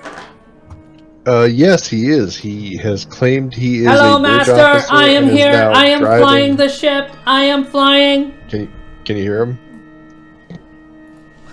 Has he done it? Okay, look at the captain. Is the captain angry? Captain's seen worse shit than this. Captain is jaded. He's This is just, baseline captain. Yeah. Captain's expression has only raised a single eyebrow. There is no alert. Call me back if he raises the second eyebrow. I will You're be on there with eyebrow you. If he alert. does. 2. I repeat. Okay, we're at yellow eyebrow alert. If he goes to Psy mode, we have to worry. Okay, thank you. Just takes his shoe off and starts beating somebody with it. It's like a That's pretty normal too. yeah, it's like a flip flop. So you just hear They're like, oh! Phillips Future Star Trek. If somebody Crocs. really if somebody really starts acting up, you just whip it at them from across the room. He can't afford to throw any booze bottles because we're running low. All right. So you guys are currently on your way to that planet, we're going to cut over to Ross now. Him and Frank have been currently floating their way to your last known position, which should be exploded. Excuse me. And yeah, right now you guys are just sort of floating around in your shuttlecraft, going at impulse, a little bit faster than what the Thunderchild was going, but not making as much progress as you would think. Like I said, I'm just trying to like rip out systems that are redundant now. Like this, is that a fucking phaser bank right there? That is. Yeah, like that doesn't need power. You can actually use that as power if you need to, as an emergency, as you learned in Starfleet survival training. Yeah, I'm just trying to think of like the engine would probably be like the most useful to power because yeah, that would probably be up there. Because if communications aren't gonna work, then yeah. Well, if you want to try to do any kind of scanning, you can. You're just gonna have to give me an insight science roll. Seems like everyone's been rolling that tonight. Insight science roll with a complication. It's going to be a task roll of 3 with a complication range of 5. It's a high chance of failure. Yeah. Well, I'll still you don't do have it the kind of before sensors that the Thunderchild has. You just have a fucking shuttlecraft. Wait, can I jury rig the power from the phaser to the sensors to give it a boost? Sure. You're just gonna have. Oh, that's the Thunderchild. You're just gonna need to give me a control and engineering roll, complication range of 3, task roll of 3. It's not out of the range of your understanding. All right, let me see if I get what happens with that 0. Oh, you lucky. Nothing happens with the 0. Okay, so yeah, you're able to do it and able to reconnect it, and now you can lower that complication range from scanning from a 5 to a 4. All right, and it was 2 and 4, correct? Mm-hmm. Insight science. Science, yeah. No, we don't have any momentum or anything. Fuck. Yeah, I figured. Yeah, you do a scan, but all you see is background radiation. I would let you do that one more time. It seems like you're able to recalibrate your sensors a little better, so the complication range can be dropped to 3. See, Campbell's starting to get an idea now, like, every week, if we do this, something's bound to pick up that it's trying to get scanned, or at least something in the area that we might know about. So even if we don't scan it, they might pick up something. At least that's what he's hoping and theorizing. It's good to see you, Biddy. Oh, there you go. Yeah, you detect a planetoid off your starboard bow. Starlight, starbright. You can't tell if it's M class or Y class or any other class. You just know it's a planetoid. What do you do? Classes. How far away is it? At your current speed, it would take you about 5, maybe 10. Days? No, I'm trying to think here. Let me roll. Let me see something. Years. No. Let me roll for that. Ross, we thought you were dead. Let me roll for that. Oh, you are dead. I've been alive for... It would take you about 2 hours, based on this Oh, roll. okay. Yeah, it would take about 2 hours to get there. Might as well check it. Okay, so you set course for the planetoid, and it'll take you about 2 hours to get there. While you're on your way, let me see if anything comes after you. No, nothing comes after you because the dice hates you. I don't like this. No, but you just see Frank just sitting there. He's definitely breaking out, and he looks a little bit sick. Like he must have caught some kind of flu or something at Securicon. Is there medical on here? Depression. Yeah, there's a medical kit.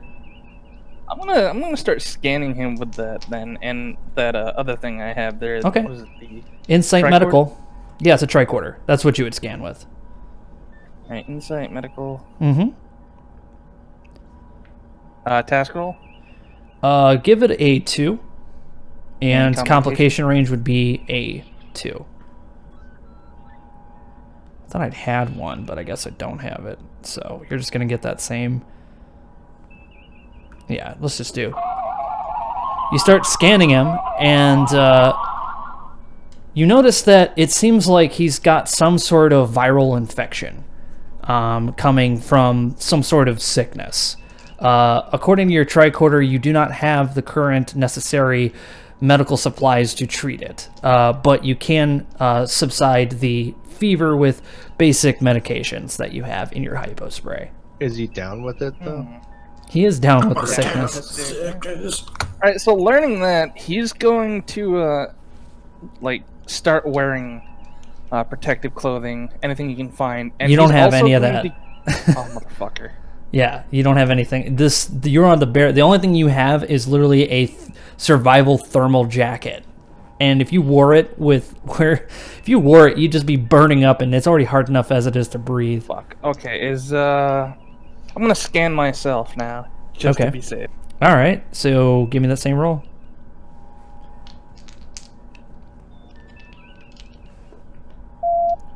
Oop, wrong one. Oops. Hello? Hello? Oh, hey, Ross. Yeah, you scan yourself, and you find that you are not currently sick, and the tricorder says it seems like you can be infected, but it's not something that you have to worry about unless you plan on doing mouth-to-mouth. Alright, in that case, I'm going to make sure Frank is comfortable, and I'm also going to keep him sedated for the rest of the ride to this planetoid. Okay, go ahead. Starts coughing violently. Yeah, you give him the hypo spray, and he stays down for a while. He is definitely sweating, though, from some kind of sickness. All right. I got my phaser, right, just in case? Of course you do, but you'd never shoot your buddy Frank. Look, if he becomes, like, some sort of fucking disease carrier, the phaser will disappear. Don't worry. You don't have to worry. This isn't Resident Evil. He's not going to turn into a T-virus zombie. I'm not going to do that. No, if it was, I'd have to use the Zippo later to get rid of him. He's not a Crimson Head. All right. Don't you dare. All right. So, Is it changed then? yeah, he's totally he's Odo. No. All right. So, you are currently on your way to the planetoid. Let's cut back to the crew now. You guys are just coming up on the planet right outside of orbit when you get a call. Orion, you are sitting down right now. Orion here. And on the view screen, without your permission, they come up. Follow! Follow! Transport down! Captain Spaghetti? No. Okay. But stand by on that. He's gonna say, all right, I need a team to go down. I'm taking the Gorn. You go with us! Yeah. He didn't mean to interrupt you. It's just his I know. species doesn't know how to speak very well, clearly. Yeah, he's going, I'm taking the Gorn with me, but be prepared for spaghetti. Crow, Yes, one Captain. last thing. I did want to mention that, like, every half hour he'll be taking more readings and writing them down. Okay. We'll get to that in a moment. I've got background stuff going on. Okay, so you're taking the 2 Gorn down with you. Who else is coming down with you? Taking the Gorn, and even though Pablo's not here, can Drake be here because melee punches size murder man is going to be really useful. I would say, because there's a lot of dialogue involved in that, and I don't want to like play his character, he could probably take the bridge position. So if there's a combat situation, he can handle the bridge. Yeah. Which would mean Captain, I will call Drac up and I will assist you. so you're Yeah, going down to all the right. planet with him? Yeah. Sounds good. Excellent. Good call. All right. And Drac, you're captain today, so that should get you out of your room. Yeah, all you hear from Drax's room is hold on. All you hear from his room is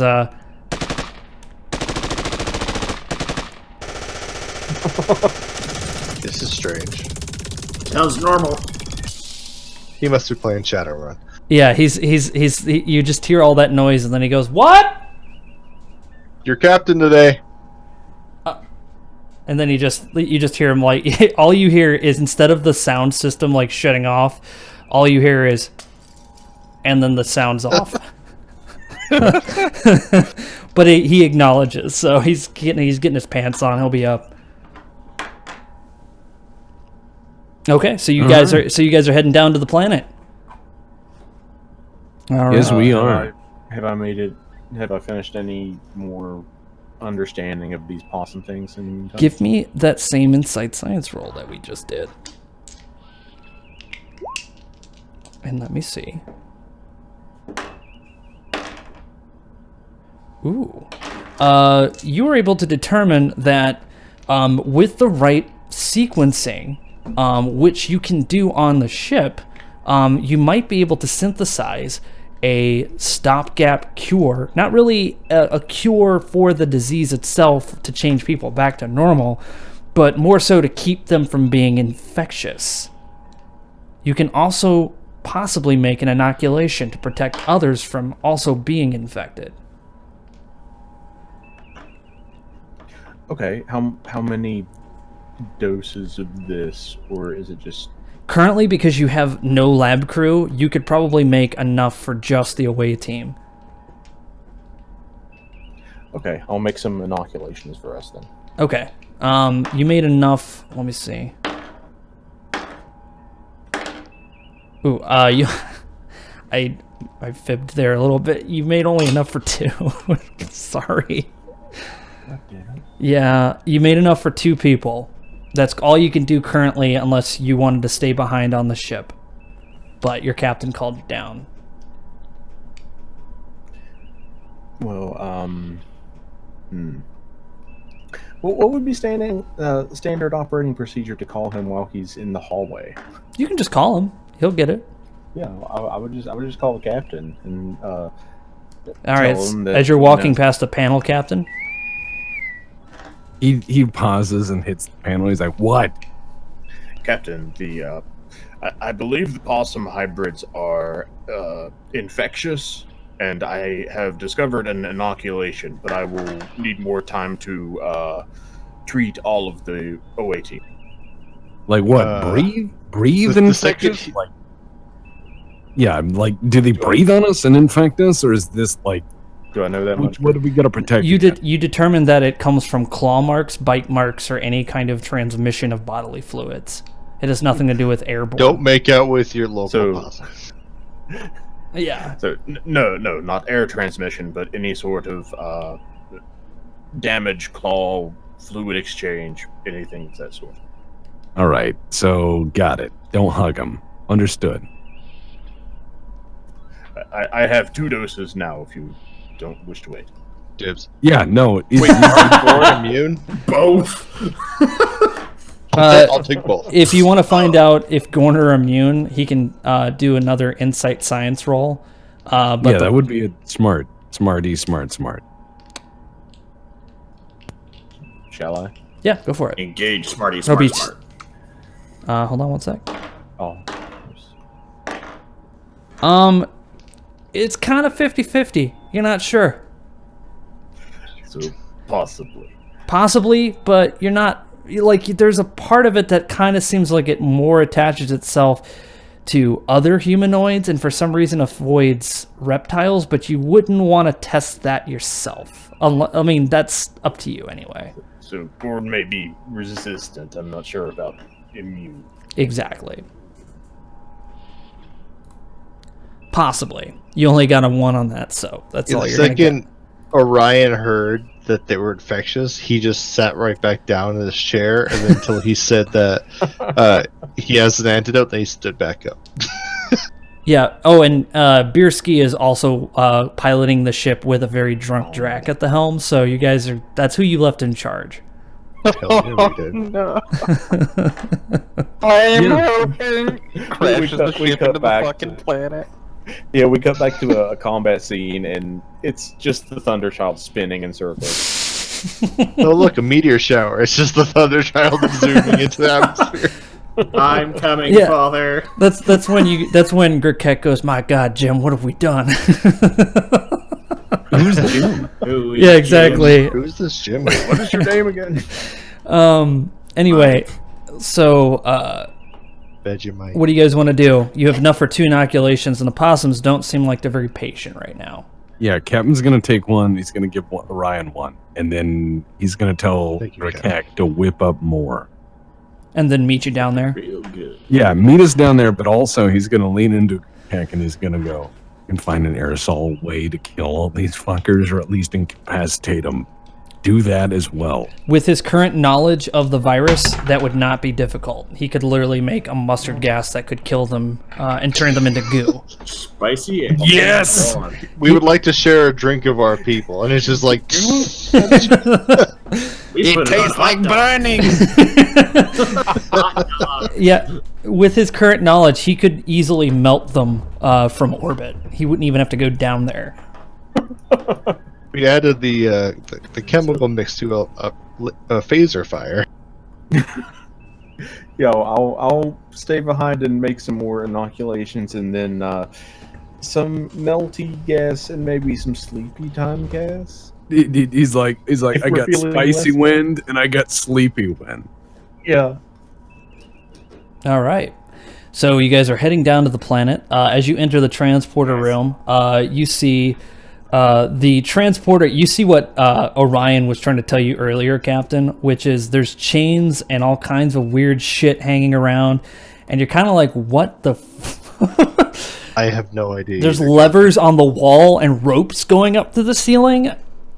I'm into this kind of thing, but this is a little bit much, and in such a weird place.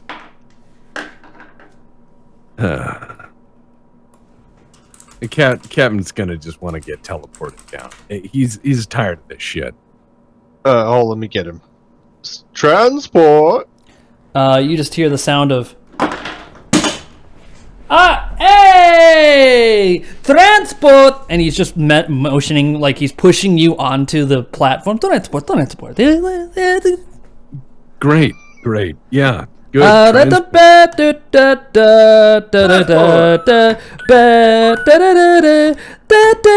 He's singing the Deus Ex theme. Transport. Oops. And you guys successfully transport down to the planet. Absolutely no problem. Yeah, but if I was gonna say if this is a 2Vix episode, I'm quitting. No. You're like half boulder by the end. I'm back. As you guys can hear, there's a sound of just musical wind. Musical wind. On the horizon is a purple sky, and there is a moon that is just huge on the horizon. You can't see the Thunderchild from where you're at, and going up to the edge of a path leading down to a river is a structure, a very gray structure. It's hard to tell from Do we this have any distance. escorts? You guys Or we have here by you guys have ourselves? your tricorders. Slar's with No, you. but I'm saying like, are any what Diggs is saying? Are any people coming out to like? Yeah, like, are we by ourselves here? Yeah, you guys are currently on your own. Apparently the possums didn't transport with you. I feel tricked and upset. It's time for spaghetti. Let me lead, Captain, and I'll start walking down towards the structure. Okay. I'll have my fake garage opener. It's Type really a 1 lighter phaser? Type 1 phaser. At my side, knowing it's not going to save me. Okay. As you're walking down, is anybody going to use a tricorder? Yeah, Yes. absolutely. I'm gonna. Oh, I I'm don't gonna put do that in away every- missions. I don't know what the standard procedure is. Oh, that would be Slar, because you probably have better than everyone else here. Yeah, just go ahead and use your tricorder to scan, which would be what's the normal for this? I don't think I know what that is. I'm just gonna fudge it. I honestly don't remember what because we haven't used a tricorder in a little while. Let's just do reason science. I know why you wanted to pick reason now. Yes. And complication range of 1, task roll of 2. Yes. Yes. There you go. Hold on. Sort of. Yeah, you detect that there are other possum life forms on the planet. You can't pinpoint locations, and you are definitely reading a Gorn life sign. It is coming from that structure. Whoa. One Gorn. Us. Possums. That's it. Lead the way. Okay. Yeah, you guys He start. says, if that Gorn tries anything, I want you to punch his face flat. Well, I know that the relationship between Gorn and Orion are good. I feel like them seeing their own kind is much better. You hear a bunch of wrestling into the bushes, and when you look over, macho man. when you look over, you see like little possum faces. They look like kids or something, like poking up out of the bushes as you're walking toward this structure. Oh. Do you guys say anything, or are you just gonna keep walking? Slar will raise his hand. Hi. And they dart out of the way. They go, and they run into the bushes. Victory. So they don't just like seize up and play dead. No, they're also half human, so they just go and they run into the woods. They're not very quiet about it. Children are more attractive now. All right, so you guys are currently standing on the as you approach the structure. Something familiar about it immediately hits the captain. This looks like the outer hull of a starship. How old?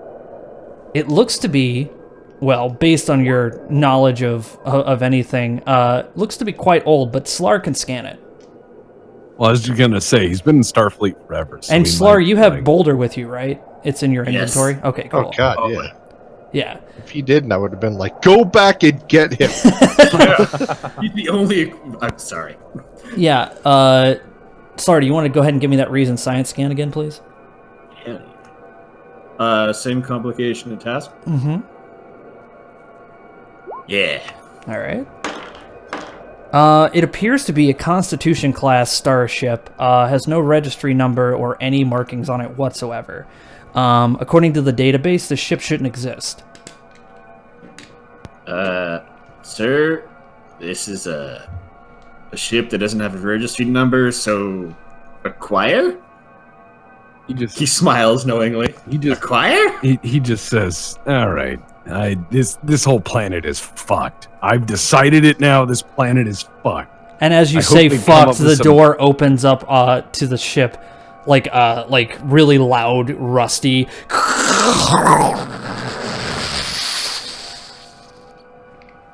Needs lube.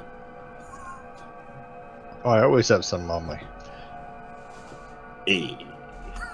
Come in, Thanks, Captain. Come into the darkness. Does my race have dark vision? No. To the Gorn. Probably. They have those crazy eyes.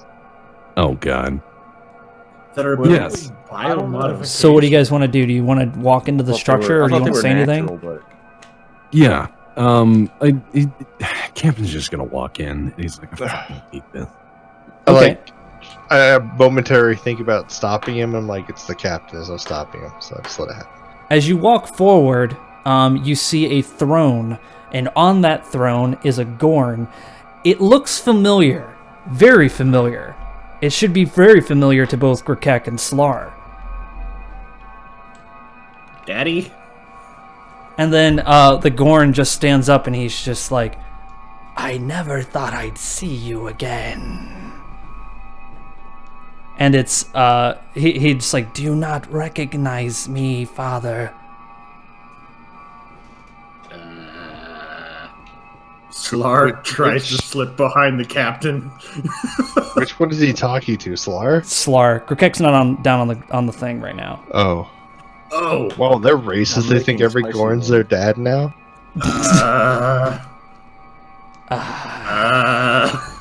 He's like, do you know this asshole? I just go Mazel Tov, and I take a swig. That is Boulder. And he points over at Boulder. Slar will raise Boulder. Boulder! Boulder. And he Boulder! he bows before Boulder. Yes. And Wait, then how do I have a kid? I have not seen Boulder in a long time. Who's your Captain, mom? I'm sure you have a ton of questions for me. Yeah, who the fuck are you? What the fuck is this ship? And why are you dragging us in here? How do your ships fucking work in this area of space? Yeah, those are the questions. I am Captain Slarkek, child of Grekek and Slar. Wait. Whoa! Wait. Wait. Dun dun dun. It's just one of those like booze spit out moments mid swig. Yeah, Slar will reach over, grab, ask for the alcohol that's currently in Orion's hand, and go, and then spit it out. I just give it to him. It's like, this is for you, buddy. And then spits it out. Wait, who was the woman? Who's your mom? Wait, I'm the father. Yes. I never met you before, Dad. You left. You said you were getting cigarettes and never came back. Allow me to tell you the whole He's like, story. look, your word's better because I'm about to throw up. You I must don't wanna be know this Captain either. Father. It is good to meet you. Wait, Captain Father. Huh? That is what the children called him for years. Slar's just gonna look at the captain and go, huh. Do you want to do a reason science scan there, Slar? Yeah, any way to get out I of this. get where this is going, Crow, but I don't like it. I want a DNA test. I need to verify. Maury. What complication? What task? That's all fine. Just the one you just did. Okay, so task. So make a good episode of Chair Springer. Oh, that's good. Ooh, nice. Oh, yeah. So you detect, looking down, you just like kind of glance down at your tricorder, and not only do you detect this creature to be containing the DNA of both Slar and Grekek, but it also seems like this entire planet is atmosphere is completely covered in chronoton radiation. How the transport guy transported you down here without you guys merging into some weird, like, John Carpenter's The Thing, completely boggles your mind, and you're kind of horrified at that fact. I tend not to think about it. Oh. So it was a transporter accident, not the, much better.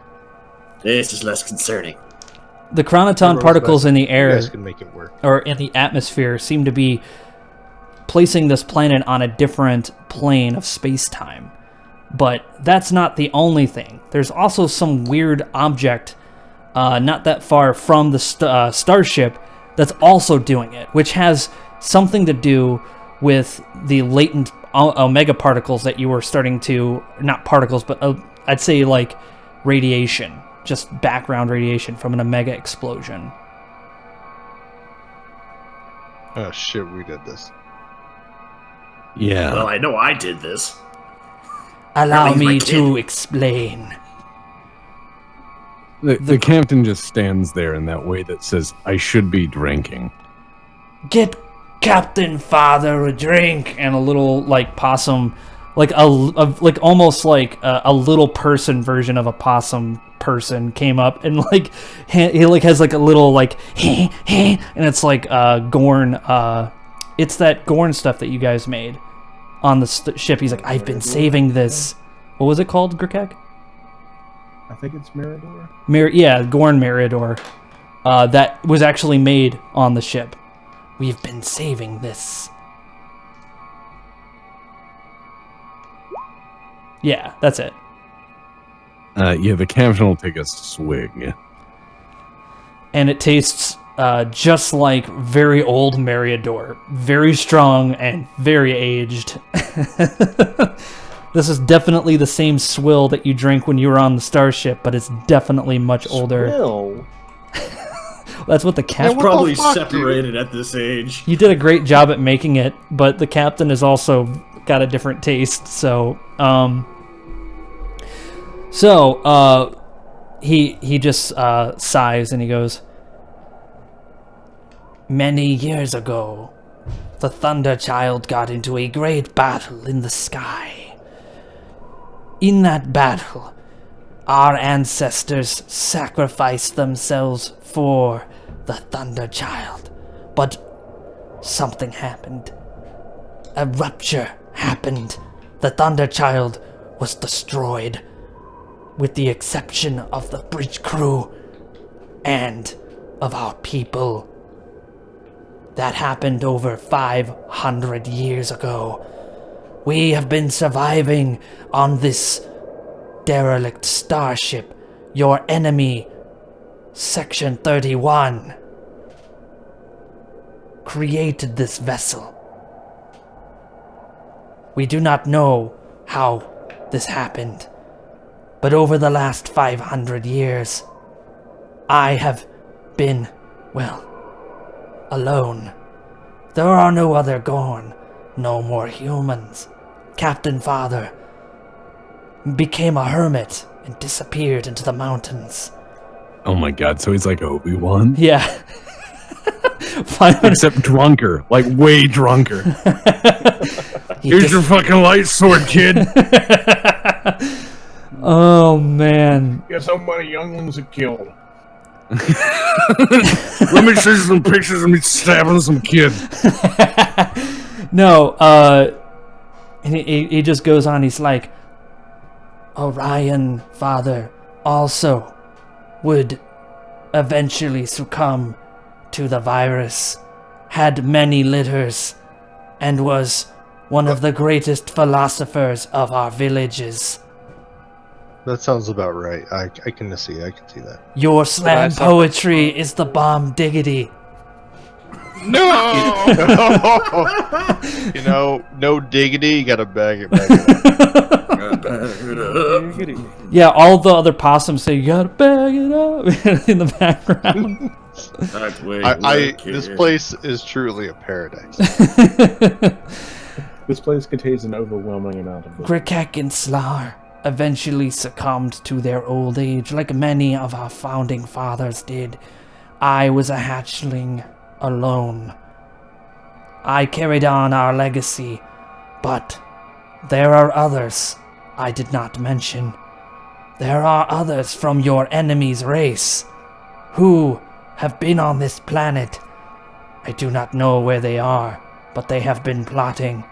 They have their own tribes and their own power I don't understand. But I do know of a way off that could save all of us. The donut. And everyone in the room just goes, "The donut! The donut! And I go, the donut. The donut! The donut! I'm very hungry. Fuck up. What's the donut? The donut. It will tell you. It will help you. It knows all. It is all."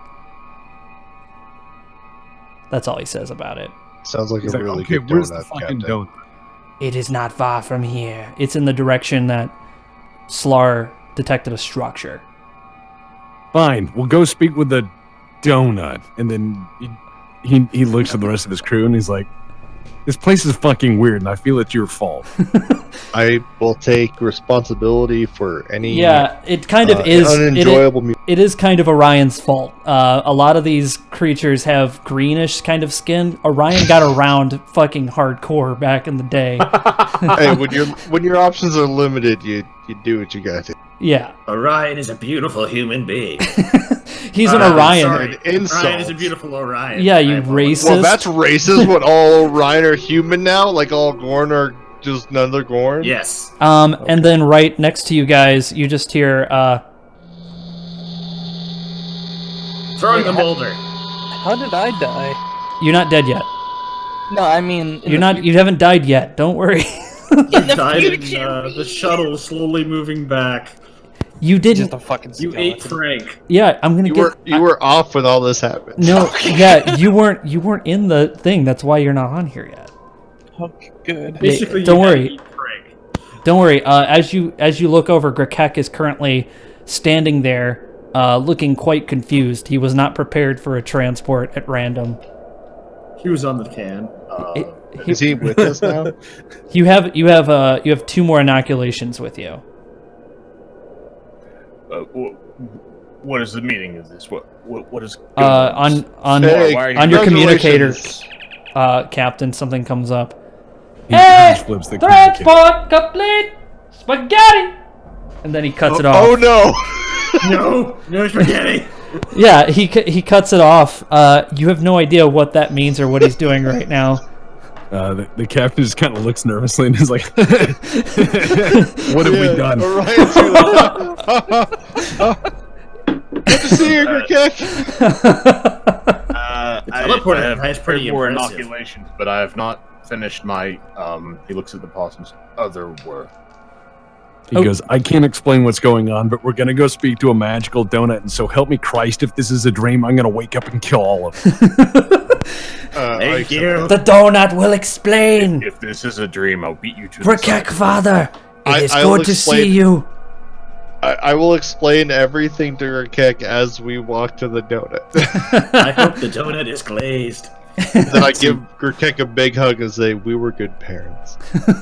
I just imagine the captain having like a 38 snub nose in his boot, and he's like, "Is this a dream?" And he just puts rounds into somebody's leg, and he's like, "Nope, no, it's not."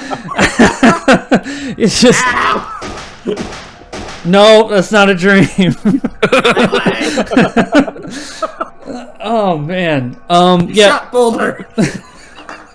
it makes it old west like it makes it old west gunshot Yeah, noise. it It's like, ricochets. Well, just imagine like in a phaser fight, like they have in Star Trek, where people are like ducking behind like those old 55-gallon drum or chemical barrels, like they always have, and they just kind of, duck up and duck down as like phaser blasts roll around, and then like one of the guys just has a 38 and he's just blasting away. Eventually throws the gun. all right. As you guys are walking toward the location where this donut is, Ross, you currently are coming up on the planet, and in orbit you see the Thunder Child. Oh no. Oh, thank God. But try to surrounding it is 6 other ships. Oh, no. What do you do? They haven't detected you. I'm going to try to hail the Thunder Child. All right. Let's see if it acts. You mean you still have the... I will pour you beer. All right. Yeah, you get right through, and the communication opens up. And hold on one second here. We suck at communication protocol. Oh, thank God. That whooshy noise was getting... Was it too loud? Busy No, it was just kind of like the constant high-pitched stuff. forever. Yeah. Sorry. It's okay. How's this? Is this better? Yes. Okay. Yeah. On the bridge, you just hear, "This is the USS Thunderchild. Identify yourself or die." This is First Officer Campbell. Who the fuck are you? I am Officer Biersky, officer of murder. I will destroy you. They call me Ross. That's not my name. Ross 2.0. He should have addressed him. Identify yourself and die. Put me through to the teleporter. Transport man. And the Yes. guy on the transport, he goes, "Hey, at a transport. Hey, no." This is First Officer Campbell. I've got sick on board. Ah, spaghetti. And then all of a sudden you hear, What? Uh-oh. and you see you see Frank disappear. Oh, okay. All right, now I need you to do the same thing to me and beam me back over. At least tell them to open the cargo bay so I can come in. Transport. And then he cuts off. You motherfucker. You just hear, "Yeah, what do you want?" Hey, this is First Officer Campbell. What the fuck is going on? I'm sorry, what did you say? This is First Officer Campbell. Oh, you didn't What is die? going on? What do you mean you didn't die? We thought you disappeared. We thought you got killed or turned into a block of salt or something. That's why we don't join the bridge crew. I'm going to That's invent meta. spiders made out of salt just to spite you. Let me in. I will work. on Let you in? What is this, like a screen door we're opening? What do you want us to do? Oh, God damn, I'm outside in a shuttlecraft. What the hell is with the other other ships around us? Oh, I don't know. I don't pay attention. I've been at the bar all weekend. Let me see if I call somebody down there to open the door for you. Talk to you in a second. Wait, no! Yeah, they cut off on you, and then you just... I'm gonna beat so many people. And you see Yeah, the like cargo fill bay that door hole. open from the rear. Cargo bay door number 2 Right. on the back end. And as it opens up, it doesn't seem to have the force field to stop stuff from flying out. So you just see a whole bunch of boxes fly out of the back of it, and the ship kind of turn a little bit. He just puts his head in his hand like, oh my god. And he starts heading towards it. Yeah, you land inside of it, and the doors shut down from behind you. And now you've landed the Type I'm going F to ship. wait a few minutes for the room to repressurize and fill with oxygen. Yeah, exactly. The door opens up in the back, and standing there is a red shirt guy who looks like he's just standing there with his communicator, and looks up and he goes, "Oh, hey, you must be the first officer? Yeah, they told me you were coming down here, and so I came down here to come get you because they told me that you were coming down here. And then I accidentally pressed the wrong button for the cargo door because the guy said it that was was you. union. Well, they were union, and they said that they don't press buttons anymore because they're on strike, and so they're not going to press buttons anymore until they're able to get more chicken, which apparently is in Cargo Bay 1, but they aren't allowed in there because union rule says they can't cross the line. And I need to go to the bathroom, but I haven't been able to get to I one." slap him across the face. Okay. Thank you. Does it feel good? Like, does it make you feel alive again? It's like, God, and he just slaps him. The whole away crew feels good for some reason. Everyone's just like, oh. I know, like, there's a wave of security and relief over Orion. Like, I something has think I been can set go right. father a child. Sorry, I fathered enough. I was not looking at feet pics. I So slap him again for talking bad. And then I slap the fucking thing out of his hand and step on it. Get out of my sight. I had so many pics on there. Well, oh well. Oh my god. Sir, if you I have a backup. Get out of the fucking doorway so I can get out. yes, sir.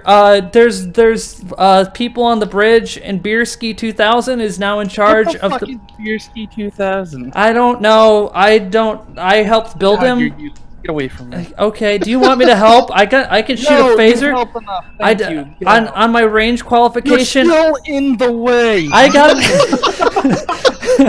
I got an 8 out of 40 on my range him down the qualification. And he falls down on the ground and he just goes, "Ow! This is like 8th grade all over again." You nerd. He just starts walking towards the turbo lift. So you go up the turbo lift and you open up on the bridge. You can see Drax snoring in the captain's seat. And you see a robot with very long, non-articulate fingers just pressing buttons on the con. What the fuck are you doing? Intruder! Are you a robot? Intruder! Intruder! I'm Starfleet. Give me a. Give me a. And this is I'm trying my best not to laugh. Give me. Give me a daring security roll. Task roll of 2, complication range 1. not Beerski. That would be he fires, and it totally misses you, and hits Orion's communication desk. Back. Holy shit. Oh my god. Why did His they eyes give go the wide, blaster? and Yeah. he just rips the fucking phaser pistol from his belt and shoots back. Okay, give me a. This is an attack roll. I should have done. Hold on 1 second. Shit. Yeah, fuck it. We're just gonna do. Give me a complication range of 1, challenge dice of 2. To see if you hit this dude. You fire, and you just end up hitting the view screen. Oh God, no! Scanning. Captain is gonna be pissed. Scanning. The hair on the Commander back of Captain's Ross hair, like, Campbell. neck goes up. Human, environment, frontier colony, assignment, chief of security on USS Thunderchild. Welcome to the bridge, sir. Commander on the bridge. And he looks over at Drac, and he's still sleeping. This one is unconscious. Drag him to medical. And I he's, will like, trying to keep perform his surgery. Fucking murder. No! Surgery bot. No! He picks up Drac by the back of his little like hoof and like starts dragging him into the turbo lift, and he's like dead asleep. He has a big smile on his face. You know what? I'll just let the medical personnel handle that. It'll be fine. I will conduct surgery and save his life. Goodbye. You do that, buddy. You're currently on the bridge. What do you want to do? Fun thing about that, we have no medical personnel. We got nothing. We're so low. Our largest No one mass will of save labor us. is under a union that doesn't let them do anything. All right, what are you gonna do? Cargo. Yeah, right. Look at this. Is horrible. What are you gonna do, Ross? God, we're gonna be saved by Cargonia. No, we are not. All right, They just set up a You're singular. right, Tex. We won't be. I look over at the destroyed communications console, and I'm like, oh, motherfucker. You Then can I call down to the Oh, wait, what? you can Can I still close it? contact. No, the the communications array works, just not that console. All right, is there any way to jury-rig my fucking communicator to it? So I Yes. Give me a engineering, control engineering. can control engineering. Yeah, that'll be a 2, complication range of 1. Shouldn't be hard for you to do this. It's easy. Orion is very upset somewhere in his soul. All right, let me see how much you do. Yeah, you know what? You're able to connect it, just all right. All right. The away team, you get a call. Orion here. Ryan, what the fuck is going on? Holy shit, Ross, you're alive. That's the second time I've heard that. Why? Why We was there a robot with a laser up here? A laser, an actual fucking laser. He's a bartender in training. Anything you say is law, so don't tell him to do anything like medical or help. Okay. But we are down on a planet that apparently has a lot of our offspring. I haven't seen any human. Yes, it's Ross. Oh, Captain, Ross, and I'll transfer over to Captain. He goes, Ross, where the fuck have you been? I don't know. I got knocked out of slip space suddenly, and I spent like the last. Oh my god, how long has it been? Yeah, Like we 4 broke weeks? space. Anyways, get down here with all the guns you've got. All the guns? Yeah. Tier 3 shines in You your do. mind. You do have it. You do have a gun locker. I will be right down there. Is there anything else you want me to bring? Yeah, be prepared to murder everything when I say so. Not my children. Yes, Not sir. my birthday. Give me 15 minutes and I'll be right down. I need to have a talk with the teleporter.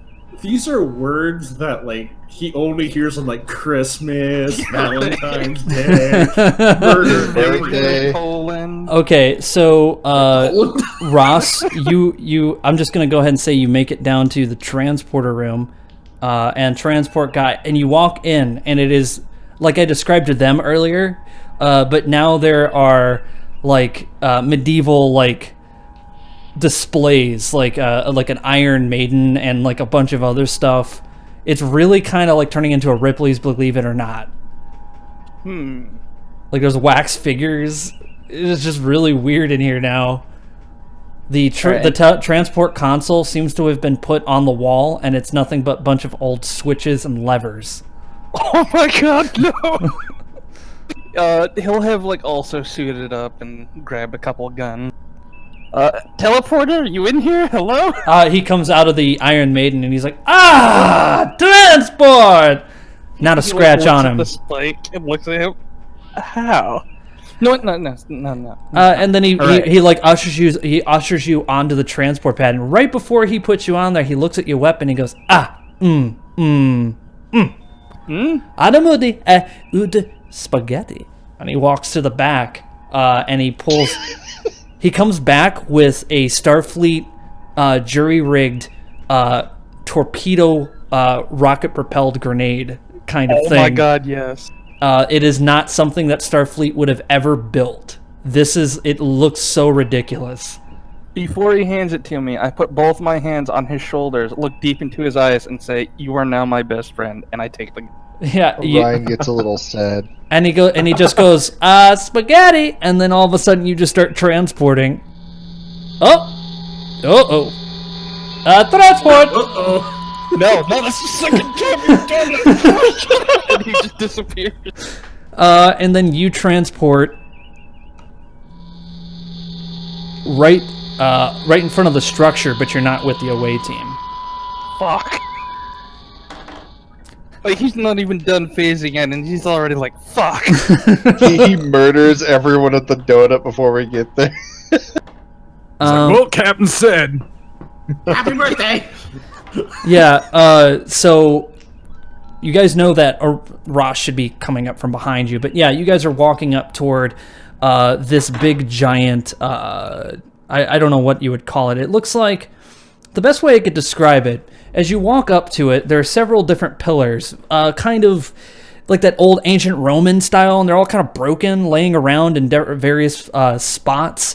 And in the middle of all of it is this weird, like, donut-looking shape that's, like, right there. And Slarkek just turns and goes, "Behold, donut!" We literally named our kid Slarkek. Oh, this is an ancient... Our kid? Laura, I had no idea. Speak to donut! Ask! And did You were the woman! He's like, we're going to the donut. I don't have time for this. This is gross. Okay. I'm going to turn that down just a little bit. All right. Slark is waiting to go crack. Hello. Have we run into Ross yet? Very confused. Yeah, Ross will have started, like, making his way in. Okay. And you're just, like, right behind him, so what do you guys do? Ross, what'd you do? You just see this very ordinary looking fucking rock that's shaped like a donut in front of you. Oh, no. Oh, it's Boulder. Oh no. Mother of Boulder. He walks up to the rock and he just goes, "So, Rock, heard a lot about you." Nothing comes out. And he turns to the rest of the crew and he goes, "We may have to kill this whole fucking planet." A question! I have not heard a question from one such as you in a millennia. Our kids were dumb. And who the fuck are you, Mr. Donut? I am the guardian of forever. One of many. How big is this rock? This rock is as big as you can walk into the center of it. Okay, because I was going to say, if it's literally the size of a donut, it's not going to allow you to go into other places. You can stick a finger in there and wet Willy Hitler or something. you stick your arm through, so this hand comes out of nowhere and just starts punching like Winston Churchill. You're the trigger on Hitler's gun when he's in the bunker. Oh no! Oh, sorry. That's great. No, that would be hilarious. This arm just sticking through time and space and like hitting people. It's slapping me. Take that, Caligula. The Guardian just goes, "Since before your sun burned hot in space and before your race was born, I have awaited a question." He's like, "Oh, great. So, how do we fix space so we can go home?" He thinks about it for a second before he responds. "I cannot fix what you have done, but you can fix what you have done." I don't know. I think that we did pretty good. Yeah. He goes, yeah, Schweppes all around. Now, How do we fix what we have done? I can show you times before. Behold, a gateway to your own past. And then in the middle of it, you start seeing like a bunch of like old 1950 stock film of like wars and shit. Ross is really happy.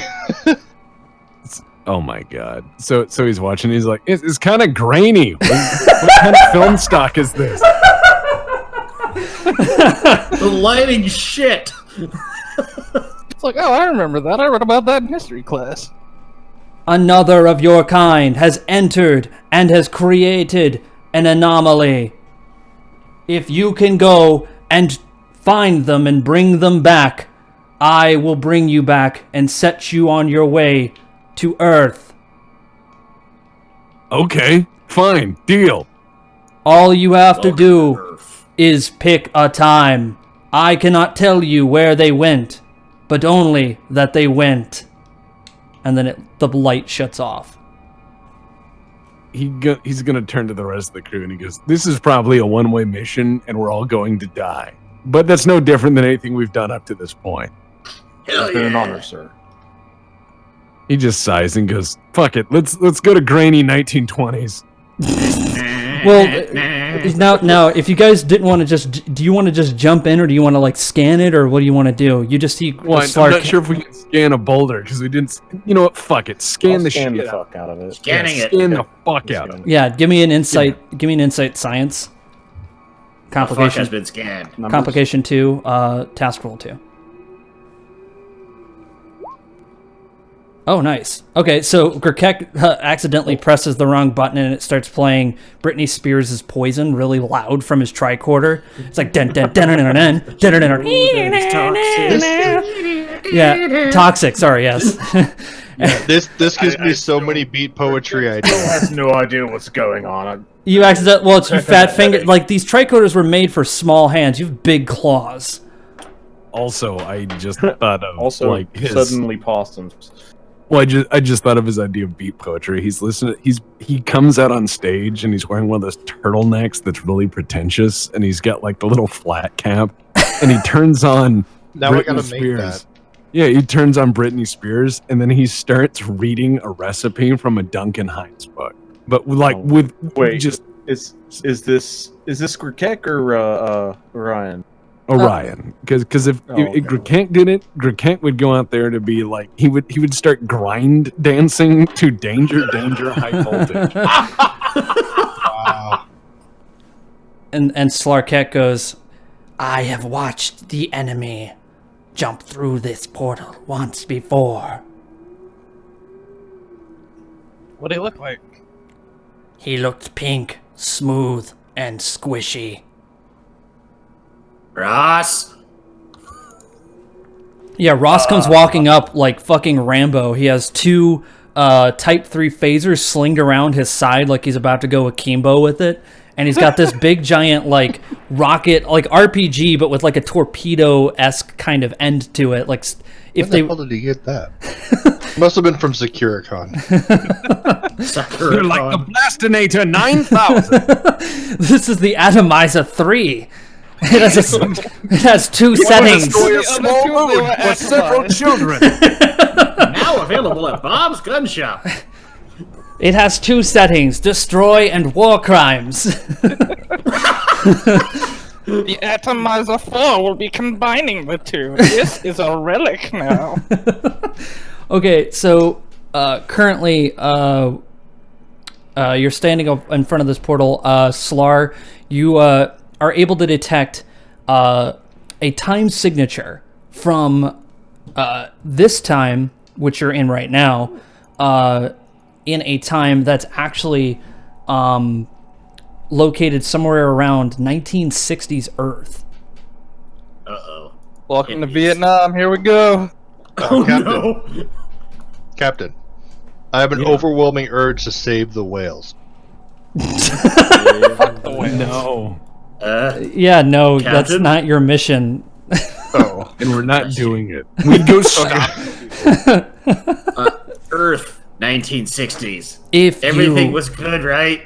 if you find them and you fix this, Well, we will no so longer that would be exist. Like, everything If is you good. weren't white, Yeah, if you were white, if you're white, you were a middle king. class, then yes. What happens if you were Gorn? It's all right. I'm sure they have some low-end TV series that you could fit in or pass on. Good question. What is this Charlie I hear about? Oh, no. What is a bogey and why is it in a tree? All right, Who we're is going. this We're blob? going. We're going. I have read stories. Ancient Earth had speaking trees. Before we go, Oh, what was the God. name of the person who jumped into the portal? You don't know. You just know that it is definitely some sort of Section 31 guy. Probably Daniels. Fucker. Fucking If Daniels. you complete your mission, we will cease to exist. Aww. So?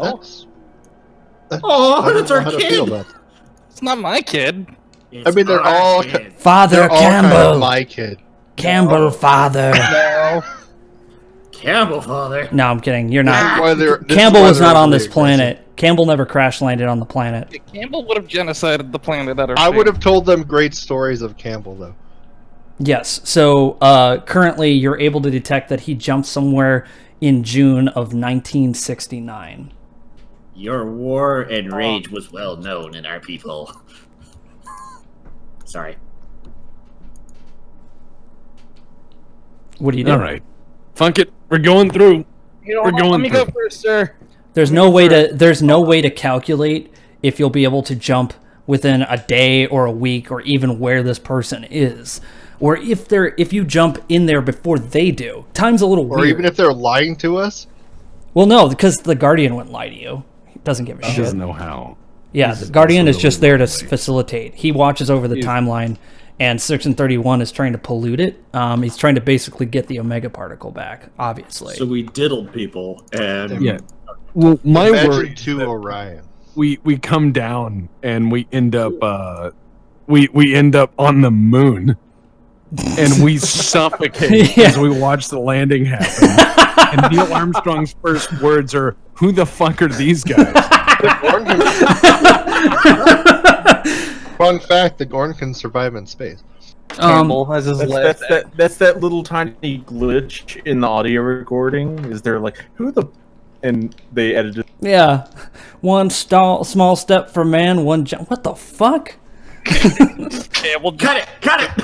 Yeah, they try to cut it and they just don't. No, it's because it's June. It's sometime in June of 1969.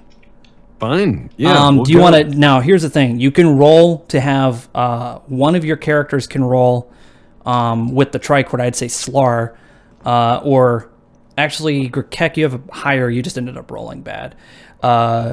If you want to try rolling that again, it would be a task roll of 3 with a complication range of 4 to see if you can get it within a certain date. Any particular date? Just one. You're just trying to pinpoint his location and time so you can jump in and be closer. 1011. All right, let me see what day. I'll use advisor and let him re-roll that 0. Okay, go ahead and re-roll it. Task roll 1, same complication range. I would like Grkek, because I know he'd be in there to help me to re-roll that. If that's okay. Yeah. Roll an insight science. No, it's a talent I have. It's called advisor. Yeah, it would be That's Grkek you rolling roll this one. anyway. Oh, okay, I'll stop. Yeah. Oh. This was Grkek's roll. Sorry. Go ahead, Grkek. All right. Oh, I just assumed that you. I just assumed Grkek still. Yeah, you can yapping work his with mind Slar around. on this. Now, keep in mind, if you're going back to Earth in the 1960s, are you going to take an Orion and 2 Gorn with you? Looks good. I start putting some makeup on my face, just the front of my You face. just looks like happen to have normal skin. foundation, like a little pocket Yeah, thing. But I only have enough for like the front part of my face. So like my head's green, my hands. Ryan, do you have any additional? Not on me. I wasn't preparing for a party. They're gonna We are drop. from New Jersey.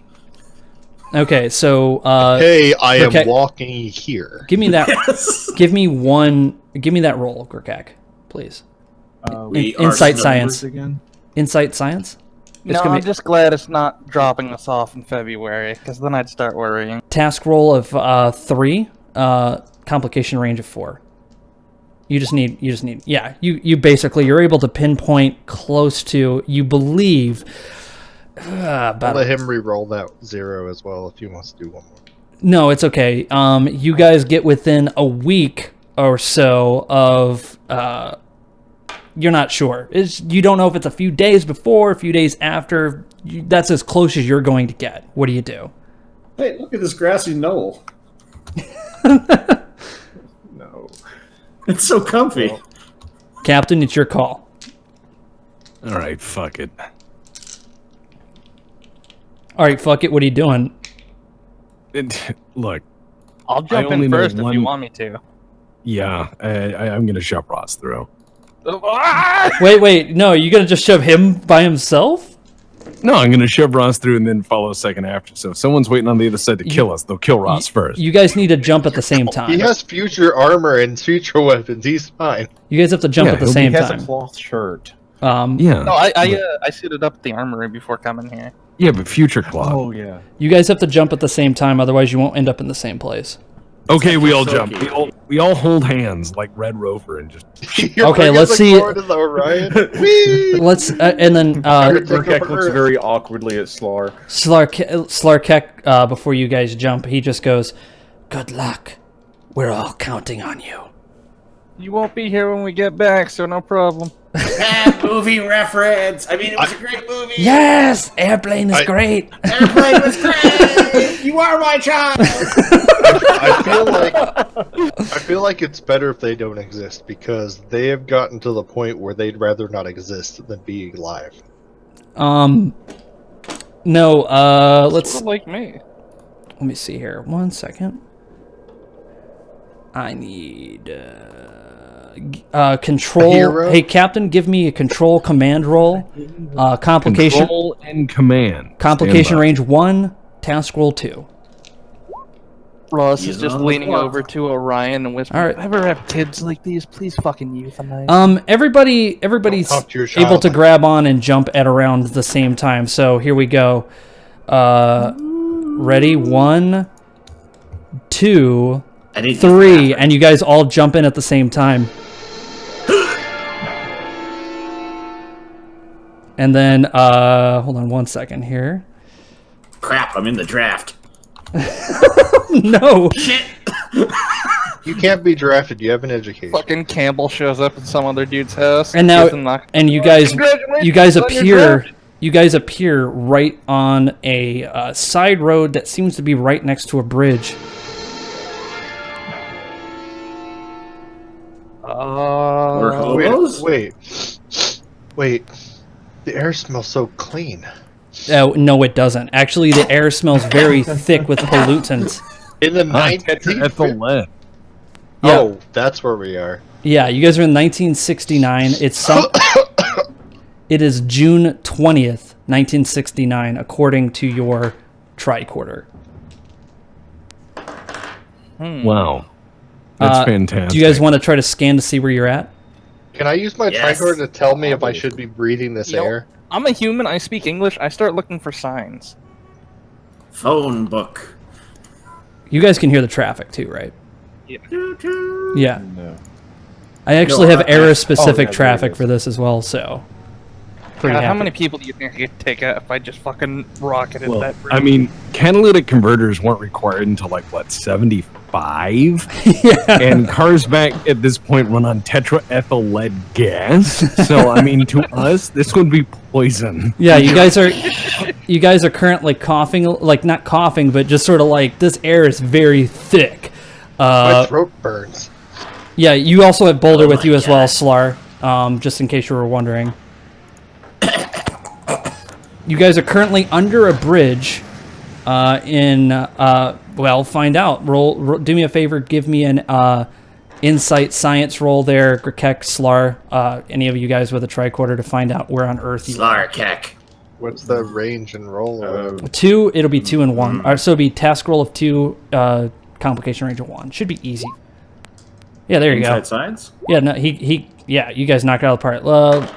Yeah, turns Their out tricorder is broken. it turns out So that is you guys Solar's. are actually, He's making him. you guys apparently are located in the northeastern continent, or sorry, you are located in North America in the northeastern part in a state in the original United States Union called Ohio, in a city called Oh Cleveland. no. Cleveland. God. So, Does- are we surrounded by homeless underneath the bridge? No, there's no homeless under That this. won't come till the 80s.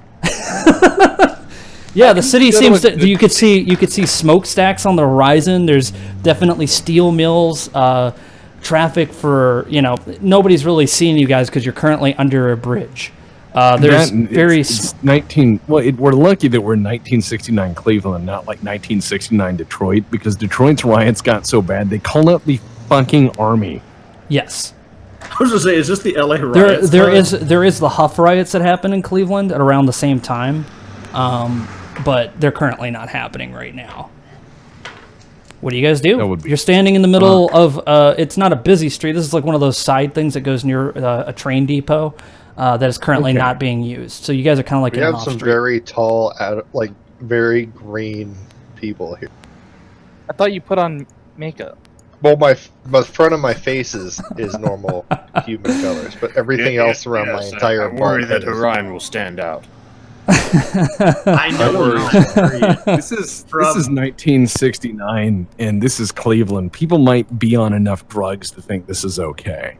Okay, so what do you guys do? You have 2 Gorn, an Orion, a guy carrying a full fucking arsenal, and a captain, have a gun. and a captain who literally looks like McNulty. All right, so And if you guys we're have ever going to a seen raid. 1970s McNulty, it's kind of funny. yeah, so here's what we're gonna do. We're gonna go find a local gathering place and ask around to see if they've seen anyone out of place, other than ourselves, of course. And we're gonna try not to contaminate the timeline. Hey, why do you have all those weapons? What? This is America. Fuck you, Second Amendment. Why do you have the rocket launcher? Second Amendment. Mutually assured self-defense. It's the only historical fact Ross knows. Second Amendment! Hippity hoppity. Yeah, Oh my god. No step on snack! yeah. Thanks to the Yeah. pollution, Orion and the I'm a Gorn blend in sovereign just officer. fine. And everything seems green from here. Well, here's the issue I realize, because I've been thinking just like, what knowledge would the captain have, which would probably not be much of this time period. But if you went into a gun store at this point, this is right after the National Firearms Act, so most used firearms you're going to find at this point in time don't have serial numbers. And it's not only that, you could mail order guns to your house. So it's one of those things where we could very easily assemble a period correct disposable arsenal with a handful of rolled up quarters. Not only that, but People? so the captain, you actually have pretty decent knowledge of 20th and 21st century Earth. Wait a second, is the captain still in his robe? Yes. Oh my god. He is Nick So we- Nolte. No, I'm kidding. So The we captain's look like not a in his lot of robe. crazy people. No, Captain, you're not in a robe. I was kidding. You're wearing your gold shirt. You put it on before you went down. You're not that drunk. All right, we're going to the local bar because no one's going to believe those people if they're like, oh, there's fucking lizards here with a rock. They'll be like, yeah, right, and hang on. So, What do you mean the clit sweat? No, oh, shit. so you guys currently are walking up the street, and you end up on a road called St. Clair, which is located on the east side of Cleveland. Captain, quick point of, fun. You can get legitimate Cuban cigars while we're in this timeline. No, we can't. No? Embargo. Those are Embargo, post 63. Castro was wrong. Someone pointed out you can actually grab a snub-nosed 38 from this era, like a period one, not a replicated, Yeah, fabricated okay. one. He's going to go, okay, back in this time period, guys, Earth was fucked, and everything required money. People died because they didn't have enough money. Money is this weird paper that some people worship, okay? And they would work all day to get money, to go home to not have money. Slar, It's fucking crazy. Slar, That's Gekek. weird. We've always traded in slaves. I was gonna say Slar, Gekek, and Orion all know what money is. They're very familiar with it. Their culture has money. Goldfest Latinum. Oh, I'm sure they are, but it's the thing you have to understand from a Federation standpoint. This is like the barbaric Middle Ages. Yes, and you. Yeah, because I also realized that, like, if you talk about how the Federation would about money, you'd sound like a fucking crazy Marxist. Because you're sitting there like, people just died for paper. But, yeah, so he's going to sit there and go, all right, we need to find currency so that we can procure the services we need. We have to find the guy and, rub him out. Do you guys want to try to scan for him? I can rub him out. That'd be the same roll you did there, Gekek, if you want to try to scan for him. I would love to scan him out. Question. Yes. Scan him, not rub him. Slar, you can give him the hands. I'm just waiting for someone to drive down the street. Your deck does not need any hands. I'm just waiting for someone to Alright, drive down the please. street and see the party and drive into a building. Yeah, no. Literally drive into a People. Yeah, just because they're like, what the fuck? I am extremely huge and bright green. No, there are I just people look driving like, at least I by. look humanoid. There are people driving by staring at you, like they're doing that thing, but they're not driving in a building. They're just like, is it like fucking Halloween? What the fuck? Yes, it is Halloween. They're not, because it's like, you have to think, like, in a show, in the show, they do, like, the wacky thing where people crash into buildings and they're like, oh, what is that? But, like, I'm thinking realistically, if they saw you guys in East Cleveland, they'd probably like, oh, it's fucking Halloween. What the fuck? They would think, oh, it's probably some weird protest or something. I don't know. They just flip us off. Green to save our Wait, planet. they're all wearing red. My God, communists! Oh, no. I'm so happy I have I'm wearing period specific traffic for this. This is great. Question, Captain. The area of the glorious Richard Simmons. Oh, Did they have the time rules in original series? No. Okay, Yes, they did, Let's but fuck it up. Fuck. no, they have the temporal prime directive after Kirk did it, but you guys are currently in the exact same year that Kirk also discovered the other Guardian of Forever. So you guys haven't really written anything crazy. They didn't even at that point didn't even know you could go back in time. The only person but I mean, think about it. Like, Kirk was like, in the opening of one episode, he was like, yeah, we went back in time to observe 20th century era. And you're sitting there drinking your coffee, and you're like, what? yeah, so I got bored. Let's go back and watch a Braves game. So as you guys are walking up the street, you notice an establishment that has a brown dog on it, called the Dog Pound. It looks like a local bar. Is this the so-called gay bars? No, that would be the Blue Oyster. Gekek looks at Slar awkwardly. Yeah. I'm sorry. What do you want to do? No. All right, we're going in. We're going in the fucking bar. Okay, you step Have in. a weapon. As you guys step into the bar, you notice that there is just a very haggard-looking old woman serving drinks right now, and she looks up at you and she's like, "Hey, Marty, I think it's Halloween." As she looks at you and walks in the back and goes that smoker laugh where they're like, what do you do? All right. Ha ha ha ha. What is a Halloween? Good question. He goes, back on ancient Earth, we used to burn witches and shit. And we did it at the same time of year to make a thing of it or something. I don't know. Kids used to dress up and get candy. That's how you... Oh, all right. Burn the witches in my Dragular. I read about it. Am I going to be burned for my knowledge or given sweets? I don't understand. No. Look, here's what we're going to do. I'm going to sit at this bar and I'm going to drink. The rest of you are going to find money. Go find a drunk, beat the shit out of him, and bring me back the paper in his pocket. But sir, this entire establishment is filled with drunks. Well, get started. Yeah, the lady walks up and she's like, "Holy shit, are you McNulty's dad?" Yeah. McNulty. Hey, Marty! It's fucking McNulty's dad! I'm a big fan. Of your son, not thank you. you. You still Thank have you. to pay. What do you want? Whiskey. Neat. Okay. Is that it? Just whiskey Yep. neat? Yep. All right. She turns around and starts pouring a glass of whiskey neat of era specific whiskey, cheap, not anything good, and puts it in a glass and puts it in front of you. And yeah, he knocks it back and he's like, "That's great." And he looks to the other guys and he's like, "Get this shit under the water. Come on." Yeah, and you guys are actually having a little bit of trouble breathing because there's a lot of cigarette smoke in this bar. She's also got like a cigarette hanging off of her lip. Wow. Let me guess, you want to open up a tab? Yeah. All right, what's your name? Jim. Jim what? What? Kirk. Jim Kirk. Laura just starts laughing. She looks over weirdly at the rest of you like, what the fuck is wrong with you people? And then she Why starts do they like, make the door so small? and she goes like, are they with you?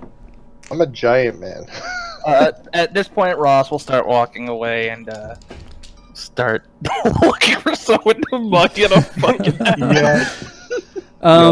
Yeah, she just looks at you and she's like, what, are these people with you? Yeah, we're a team. We're actors in one of them radiation box channels. And she just like looks up at you and goes, you know, honey, it's a little early for day drinking, but I'm not the judge. It's your money. She pours you another glass. Sounds like you're gonna need it, and puts it in front of you. And she goes, but you have to tell your lizard boys there that they're gonna need to put some shoes on. No shirts, no shoes, no service. He's like, guys, well, the shoes are a prosthetic. They're actually a boot that they step into. Oh, she just goes, Yeah, we're in costume. uh-huh. All right. No, I require no boots. My feet are very strong. From the Hollywood. The woods of Holly.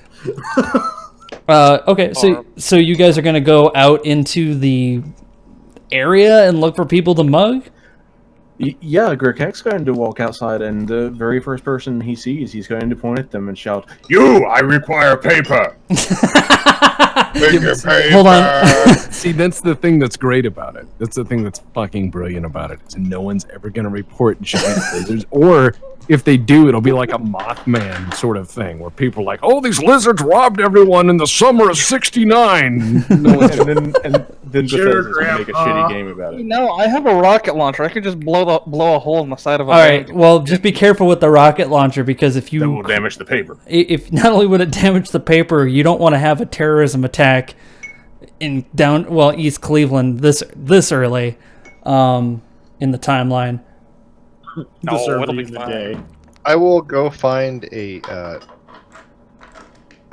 strip club and go make some good money.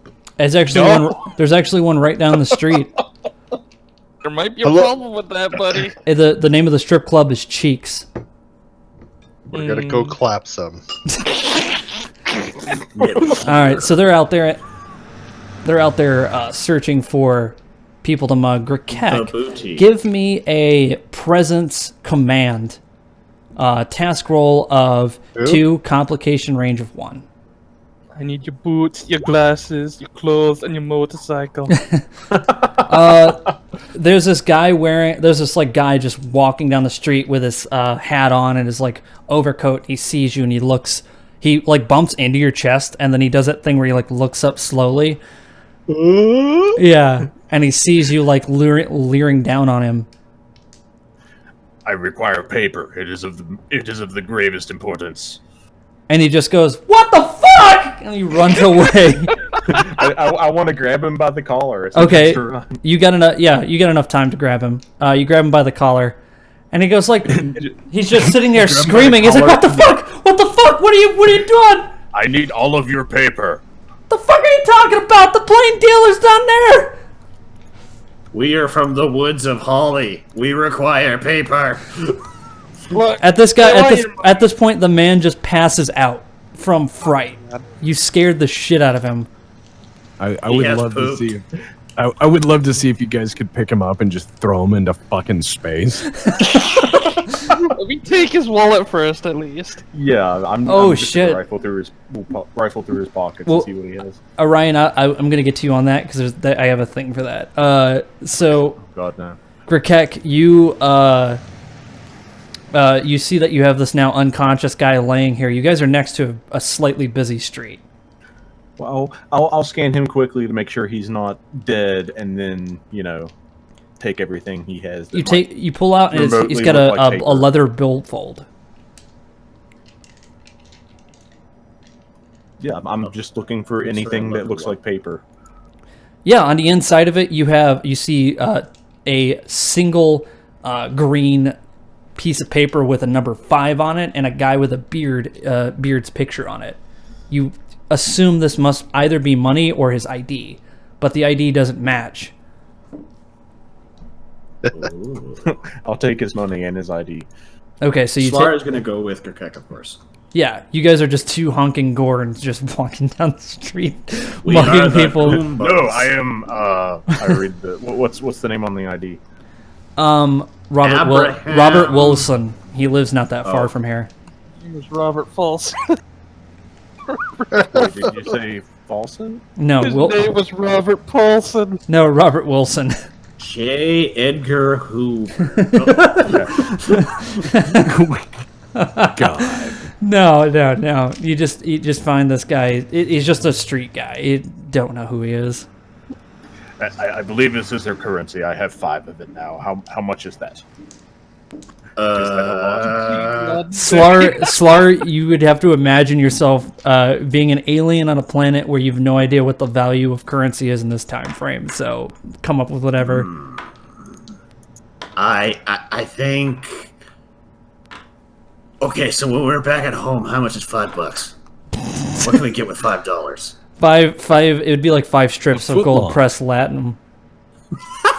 Okay, so I heard about this thing called interest from a Ferengi. So $5 in our time would be worth like $1,000 in this time. So now keep in mind, you guys know what Ferengi are. The Federation has never met them before. Yes, but remember, we should never trust a Ferengi. Oh yeah, we should get more. And then when we're done, we should get a little bit more, just in case. Otherwise, the captain will hit us. Gene Roddenberry. That's exactly what I'm thinking. We should not return with too little. Okay, we should get 100. Ross, do you know if do you have any ideas for a better approach? This seems slow and loud. Well, I do and I don't, but without killing, please, no killing. In the distance, you can hear. In the distance, you can hear the sound of a police siren. Yeah, Ross starts like running. Like, nope. You have fun with that. Yeah, you guys know the sound of police sirens because they're not that different in the future. I was about to say, the Gorn police are probably not the nicest either. Start beating you the moment they showed up. Thank you, sir. May I have Yeah, another? you guys want to leave this unconscious man alone because I'm sure somebody must have called the cops. No, yeah. If he's not dead, I'll just leave him slumped against the wall. Yeah. Orion is currently walking into a pawn store where he is looking at all of the different things. There's a lawnmower, there's an old piano, there's a set of D&D 20-sided dice. No, I'm kidding. There's nothing like because it doesn't exist yet. I'm kidding. There's a couple of there's like a whole collection of like baseball cards and some bubblegum. These men are very proud of their stick. You just see this guy reading a newspaper that says "The Plain Dealer" on it, and he looks down, looks up from his paper, and then back down to it. He doesn't say anything. Hello, good sir. I am Orion. I am in seeking of currency. And he looks down. He's like, "Are you from the Middle East?" Yes. You look like it. All right, what do you got? I have and I take off the gold spiked collar necklace that I have, and I put it on the table. Purest of gold. What'd you do? Steal this from Egypt? It is a family handed down relic. Times are hard. I see. I see. Best I could do, $50. That's pretty good for That's next. actually a lot. Yeah, I know. But So, like, he's already appraised it. He knows it's worth a lot more. I'm confident that an Orion would be. Yeah, I'm a hell of a bargain. I actually have bargain as a talent. Yeah, go ahead and use it then. What do you want to bargain? What do you want to do? First, I want to feel like. Is there any way I can tell what he thinks it's praised at? Because I don't understand common. Yeah, I just know he's lowballing me. Yeah, give me a. Let's see, that would be a presence and. I'd just say presence and command. Give me a task roll of 2, complication range 1. Yeah, you definitely know that this thing is worth way more than what he's offering. You're not sure how much the currency itself is valued, but 50 sounds like way less than what you would have actually spent on it in the Orion homeworld. What I think 250 sounds about good. And he just goes, "Shit, get the fuck out of here! I don't even have 250." Well, how much you got? He looks over at his drawer. I got $82. That's it. Times I'll take the 80. Times are rough, man. Are they? Well, yeah. Have you seen the fucking street out there? I can barely breathe here. All right. Well, that sounds like not my fucking problem. You want the money or not? Is there anything in here I feel like... Oh, is there any clothes in here? Yeah. There is actually a trench coat and fedora to your left. I will take the trench coat and the fedora, put it on the table, and I will take a... There are also an array of firearms behind him as well. Oh. I will you take... have an excited text here. I will put 2 classics, original snub noses down and be like, plus this and the money. Do you want bullets? Yes. So he reaches up underneath it and he pulls out a sack and he just starts filling it up with bullets, like raisins with a scoop. He just starts. Oh man. Yeah, get him like that sometimes. Box fell over. Not my problem. Anything else? I feel like we've made a good deal today. I do too. And he shakes your hand, and he takes my giant green hand. He takes the gold thing and he looks at it in his head. He's just looking at it like, holy shit. I'm set for fucking life. Yeah, he just hit the fucking lottery. Meanwhile, you go back to the the homeworld, and it's on every street corner they sell these. Yeah, and he's like, wait. We have. I feel kind of bad. Listen, here, take this, and he hands you another firearm. It's a bigger revolver. Oh, this is the big iron. Yeah, I just feel bad. Look, I know times are rough, pal. I don't know where you got this from. I don't want to know. You're gonna need that. He hands it to you. Dude, did I just fuck up this whole timeline by giving this guy insane amounts of money and gold? We'll find out. We'll find out. Anyways, I'll put on the trench coat, put a gun in each inside pocket, the fedora on, and lift up the collar so most of my green's covered. Yeah, but I just Hands in my imagine. pocket. Imagine a cop from this era being like, "Look, it's that green Mexican." Then I throw the sack of ammo over my shoulder, and then I tip my fedora and I leave. Milady. Yeah, you look. I head back. The trench coat and the fedora fit you quite nicely. It looks like it was made almost for you. It looks really good. You blend in very well for a green person. And me, Slar, and Grikek are going to get ready to knock over an armored car or a bank. Oh shit! Are you guys get okay with that? I'm not there to say otherwise. Slar does not. You guys do have your communicators. And don't forget, phasers can stun people. They can. If you set them to stun, they can. Make him very angry. Yes, if you set them to stun. What would make him I'll very make angry? it back to the captain before they do that. See, what would make the captain very angry is not having enough money to be supplied with booze. Yeah, exactly. That's what I walk in, I sit down next to the captain. Wow. And he goes, yeah. And then yeah. Sorry, go ahead. I got you a couple things. And I pull out the big revolver and I put it down on the table. It's a Smith & Wesson 44 Magnum. Oh God! So a Model 29. And then I take a cup and pour some of the ammo in the cup and put it in front of you as well. And then I just hand over all $82. The lady looks at what you're doing and she kind of looks at you and goes, "Hey, that better not be loaded." He's like, it's not. He goes, no, it's a prop. We're shooting a Christmas movie. Look at me. She just looks at it, goes like, "No, that's a Smith & Wesson 44. I know my guns. Better not fire that thing in here." Sorry, we will not fire it. Good. And I'll, she continues cleaning glasses. She's in East Cleveland, guys. Guns are not rare. Not regular. Yeah. I'll show them my other two pistols. I got these just in case. And then I'll just give him the $80. I'm sure this is a decent amount for this time. He pockets it and he leaves 5 of those dollars on the counter and he goes, "All right, where's the rest of these yoo-hoos? Where did everyone else go?" I saw Grekek make a man pass out by sheer presence. I think he robbed him, and then I don't know where they went after that. Okay.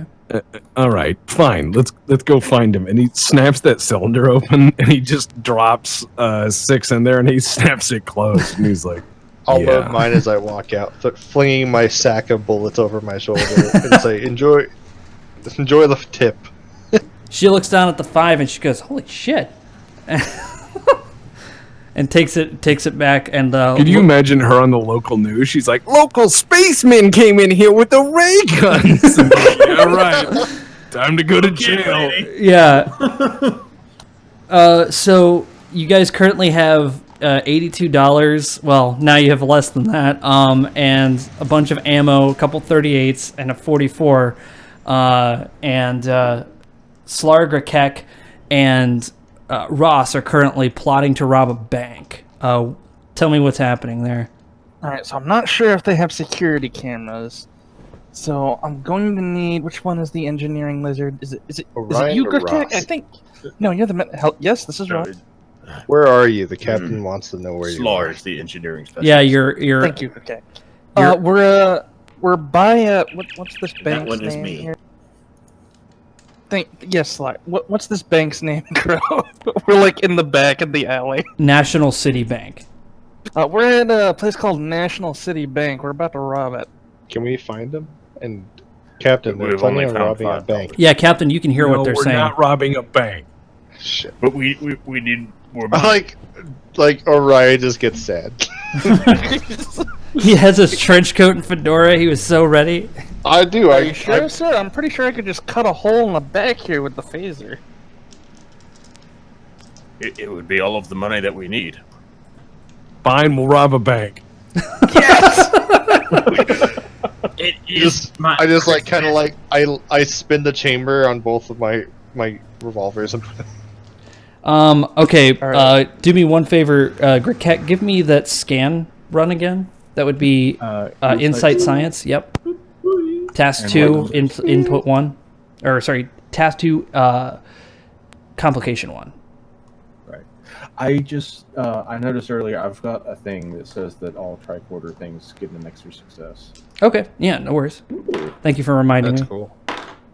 Yeah, you run a scan really quick, and you don't detect the Section 31 guy, so he's either not in this timeline yet, or he's somewhere else, but it turns out that the best you could do is wait. You know that he is within the next few days.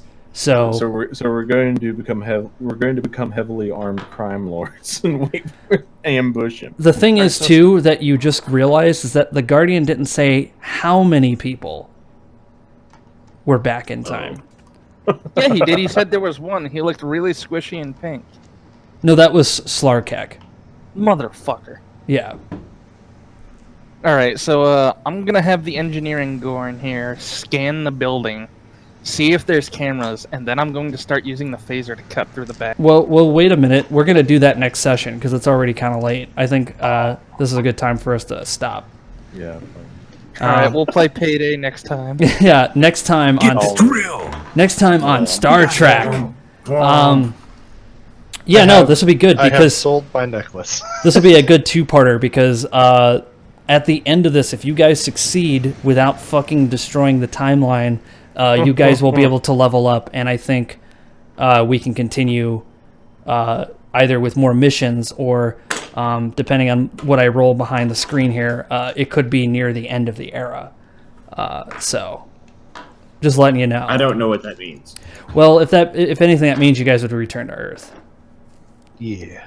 We're back to Earth. Yeah, and you need to get your upgrades and your level ups and stuff because you guys have had a hell of a lot of missions up to this point without a single report. So Earth's gonna want to know what That's the fuck. Because no one can hear us. We lost our dish. Well, here's the other thing: if Earth We destroyed a little bit of subspace. if you guys don't destroy the past, you guys can get away with being heroes, basically. I've legitimately destroyed a local economy by giving pounds of gold. Maybe I'm gonna work out what you It's guys. alright because I'm about to fix it by robbing this fucking bank. It's Yeah. also possible it's filled with minerals that make no sense in our timeline. Oh yeah, so it's probably like- not actually gold, considering it's not from Earth. Well, I mean, they probably have no still- idea what titanium nitride is, and that can look like gold.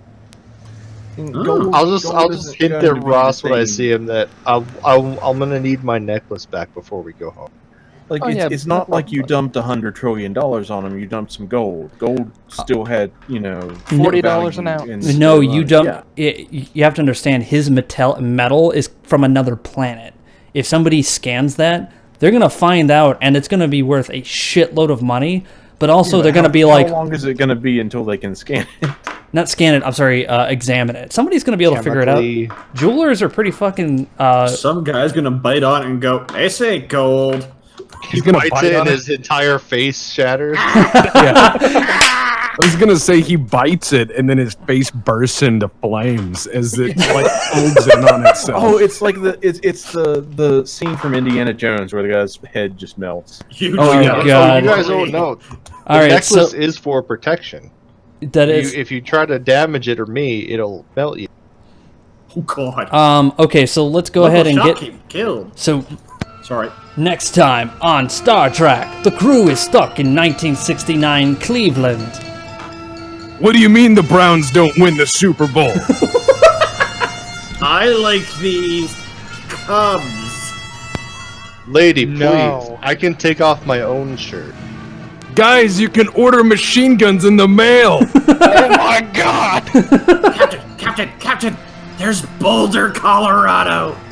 What's the Geneva Convention? So you say this is a Virginia opossum? How I've much for the invested in real mustard estate. gas? Wait, what do you mean I've been drafted? What's a hippie? Ladies and gentlemen, may I present the TV dinner? We're gonna knock over. We are going to knock over this whole establishment. See, nah. Guys, this white powder makes you really fast. I know this guy. Why does the got Jimi the good Hendrix shit. keep playing the wrong notes? He lit his guitar on fire. My nose doesn't stop We bleeding. saved the city. La-di-da, walked on the moon, who cares? I invested in Zeppelins. There's just a shot of Ross shooting, like ski shooting with like the phaser.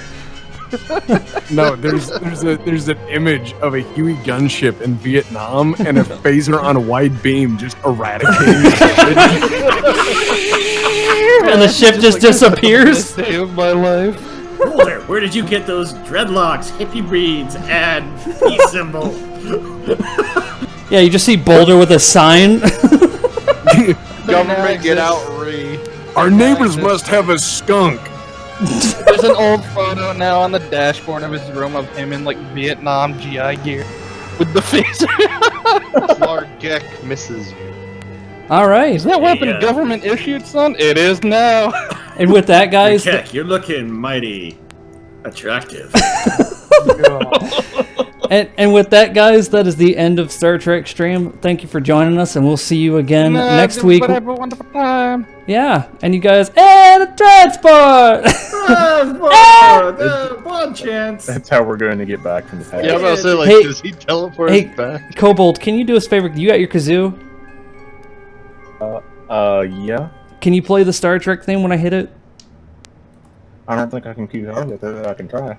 No, that's fine. If you just do your best. Do it. Everybody loved it last time. Can you do it again? Yeah, because if it sounds bad, it's great. If it sounds good, it's great. Just like the Legion. All right, you ready? Yeah. Destroying the yeah. past would be the ultimate war crime. All right, here we go. Good luck.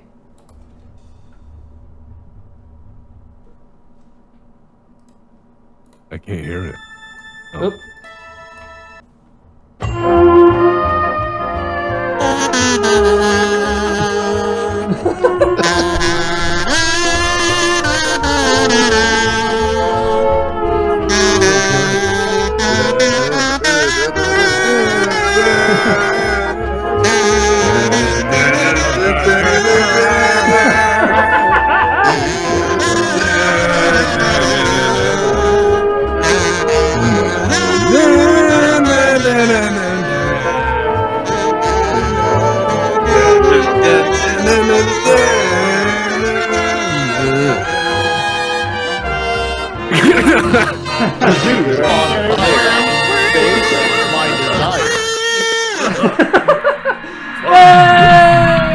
Transport. Have a good night, guys. Spaghetti. Yeah. Look at-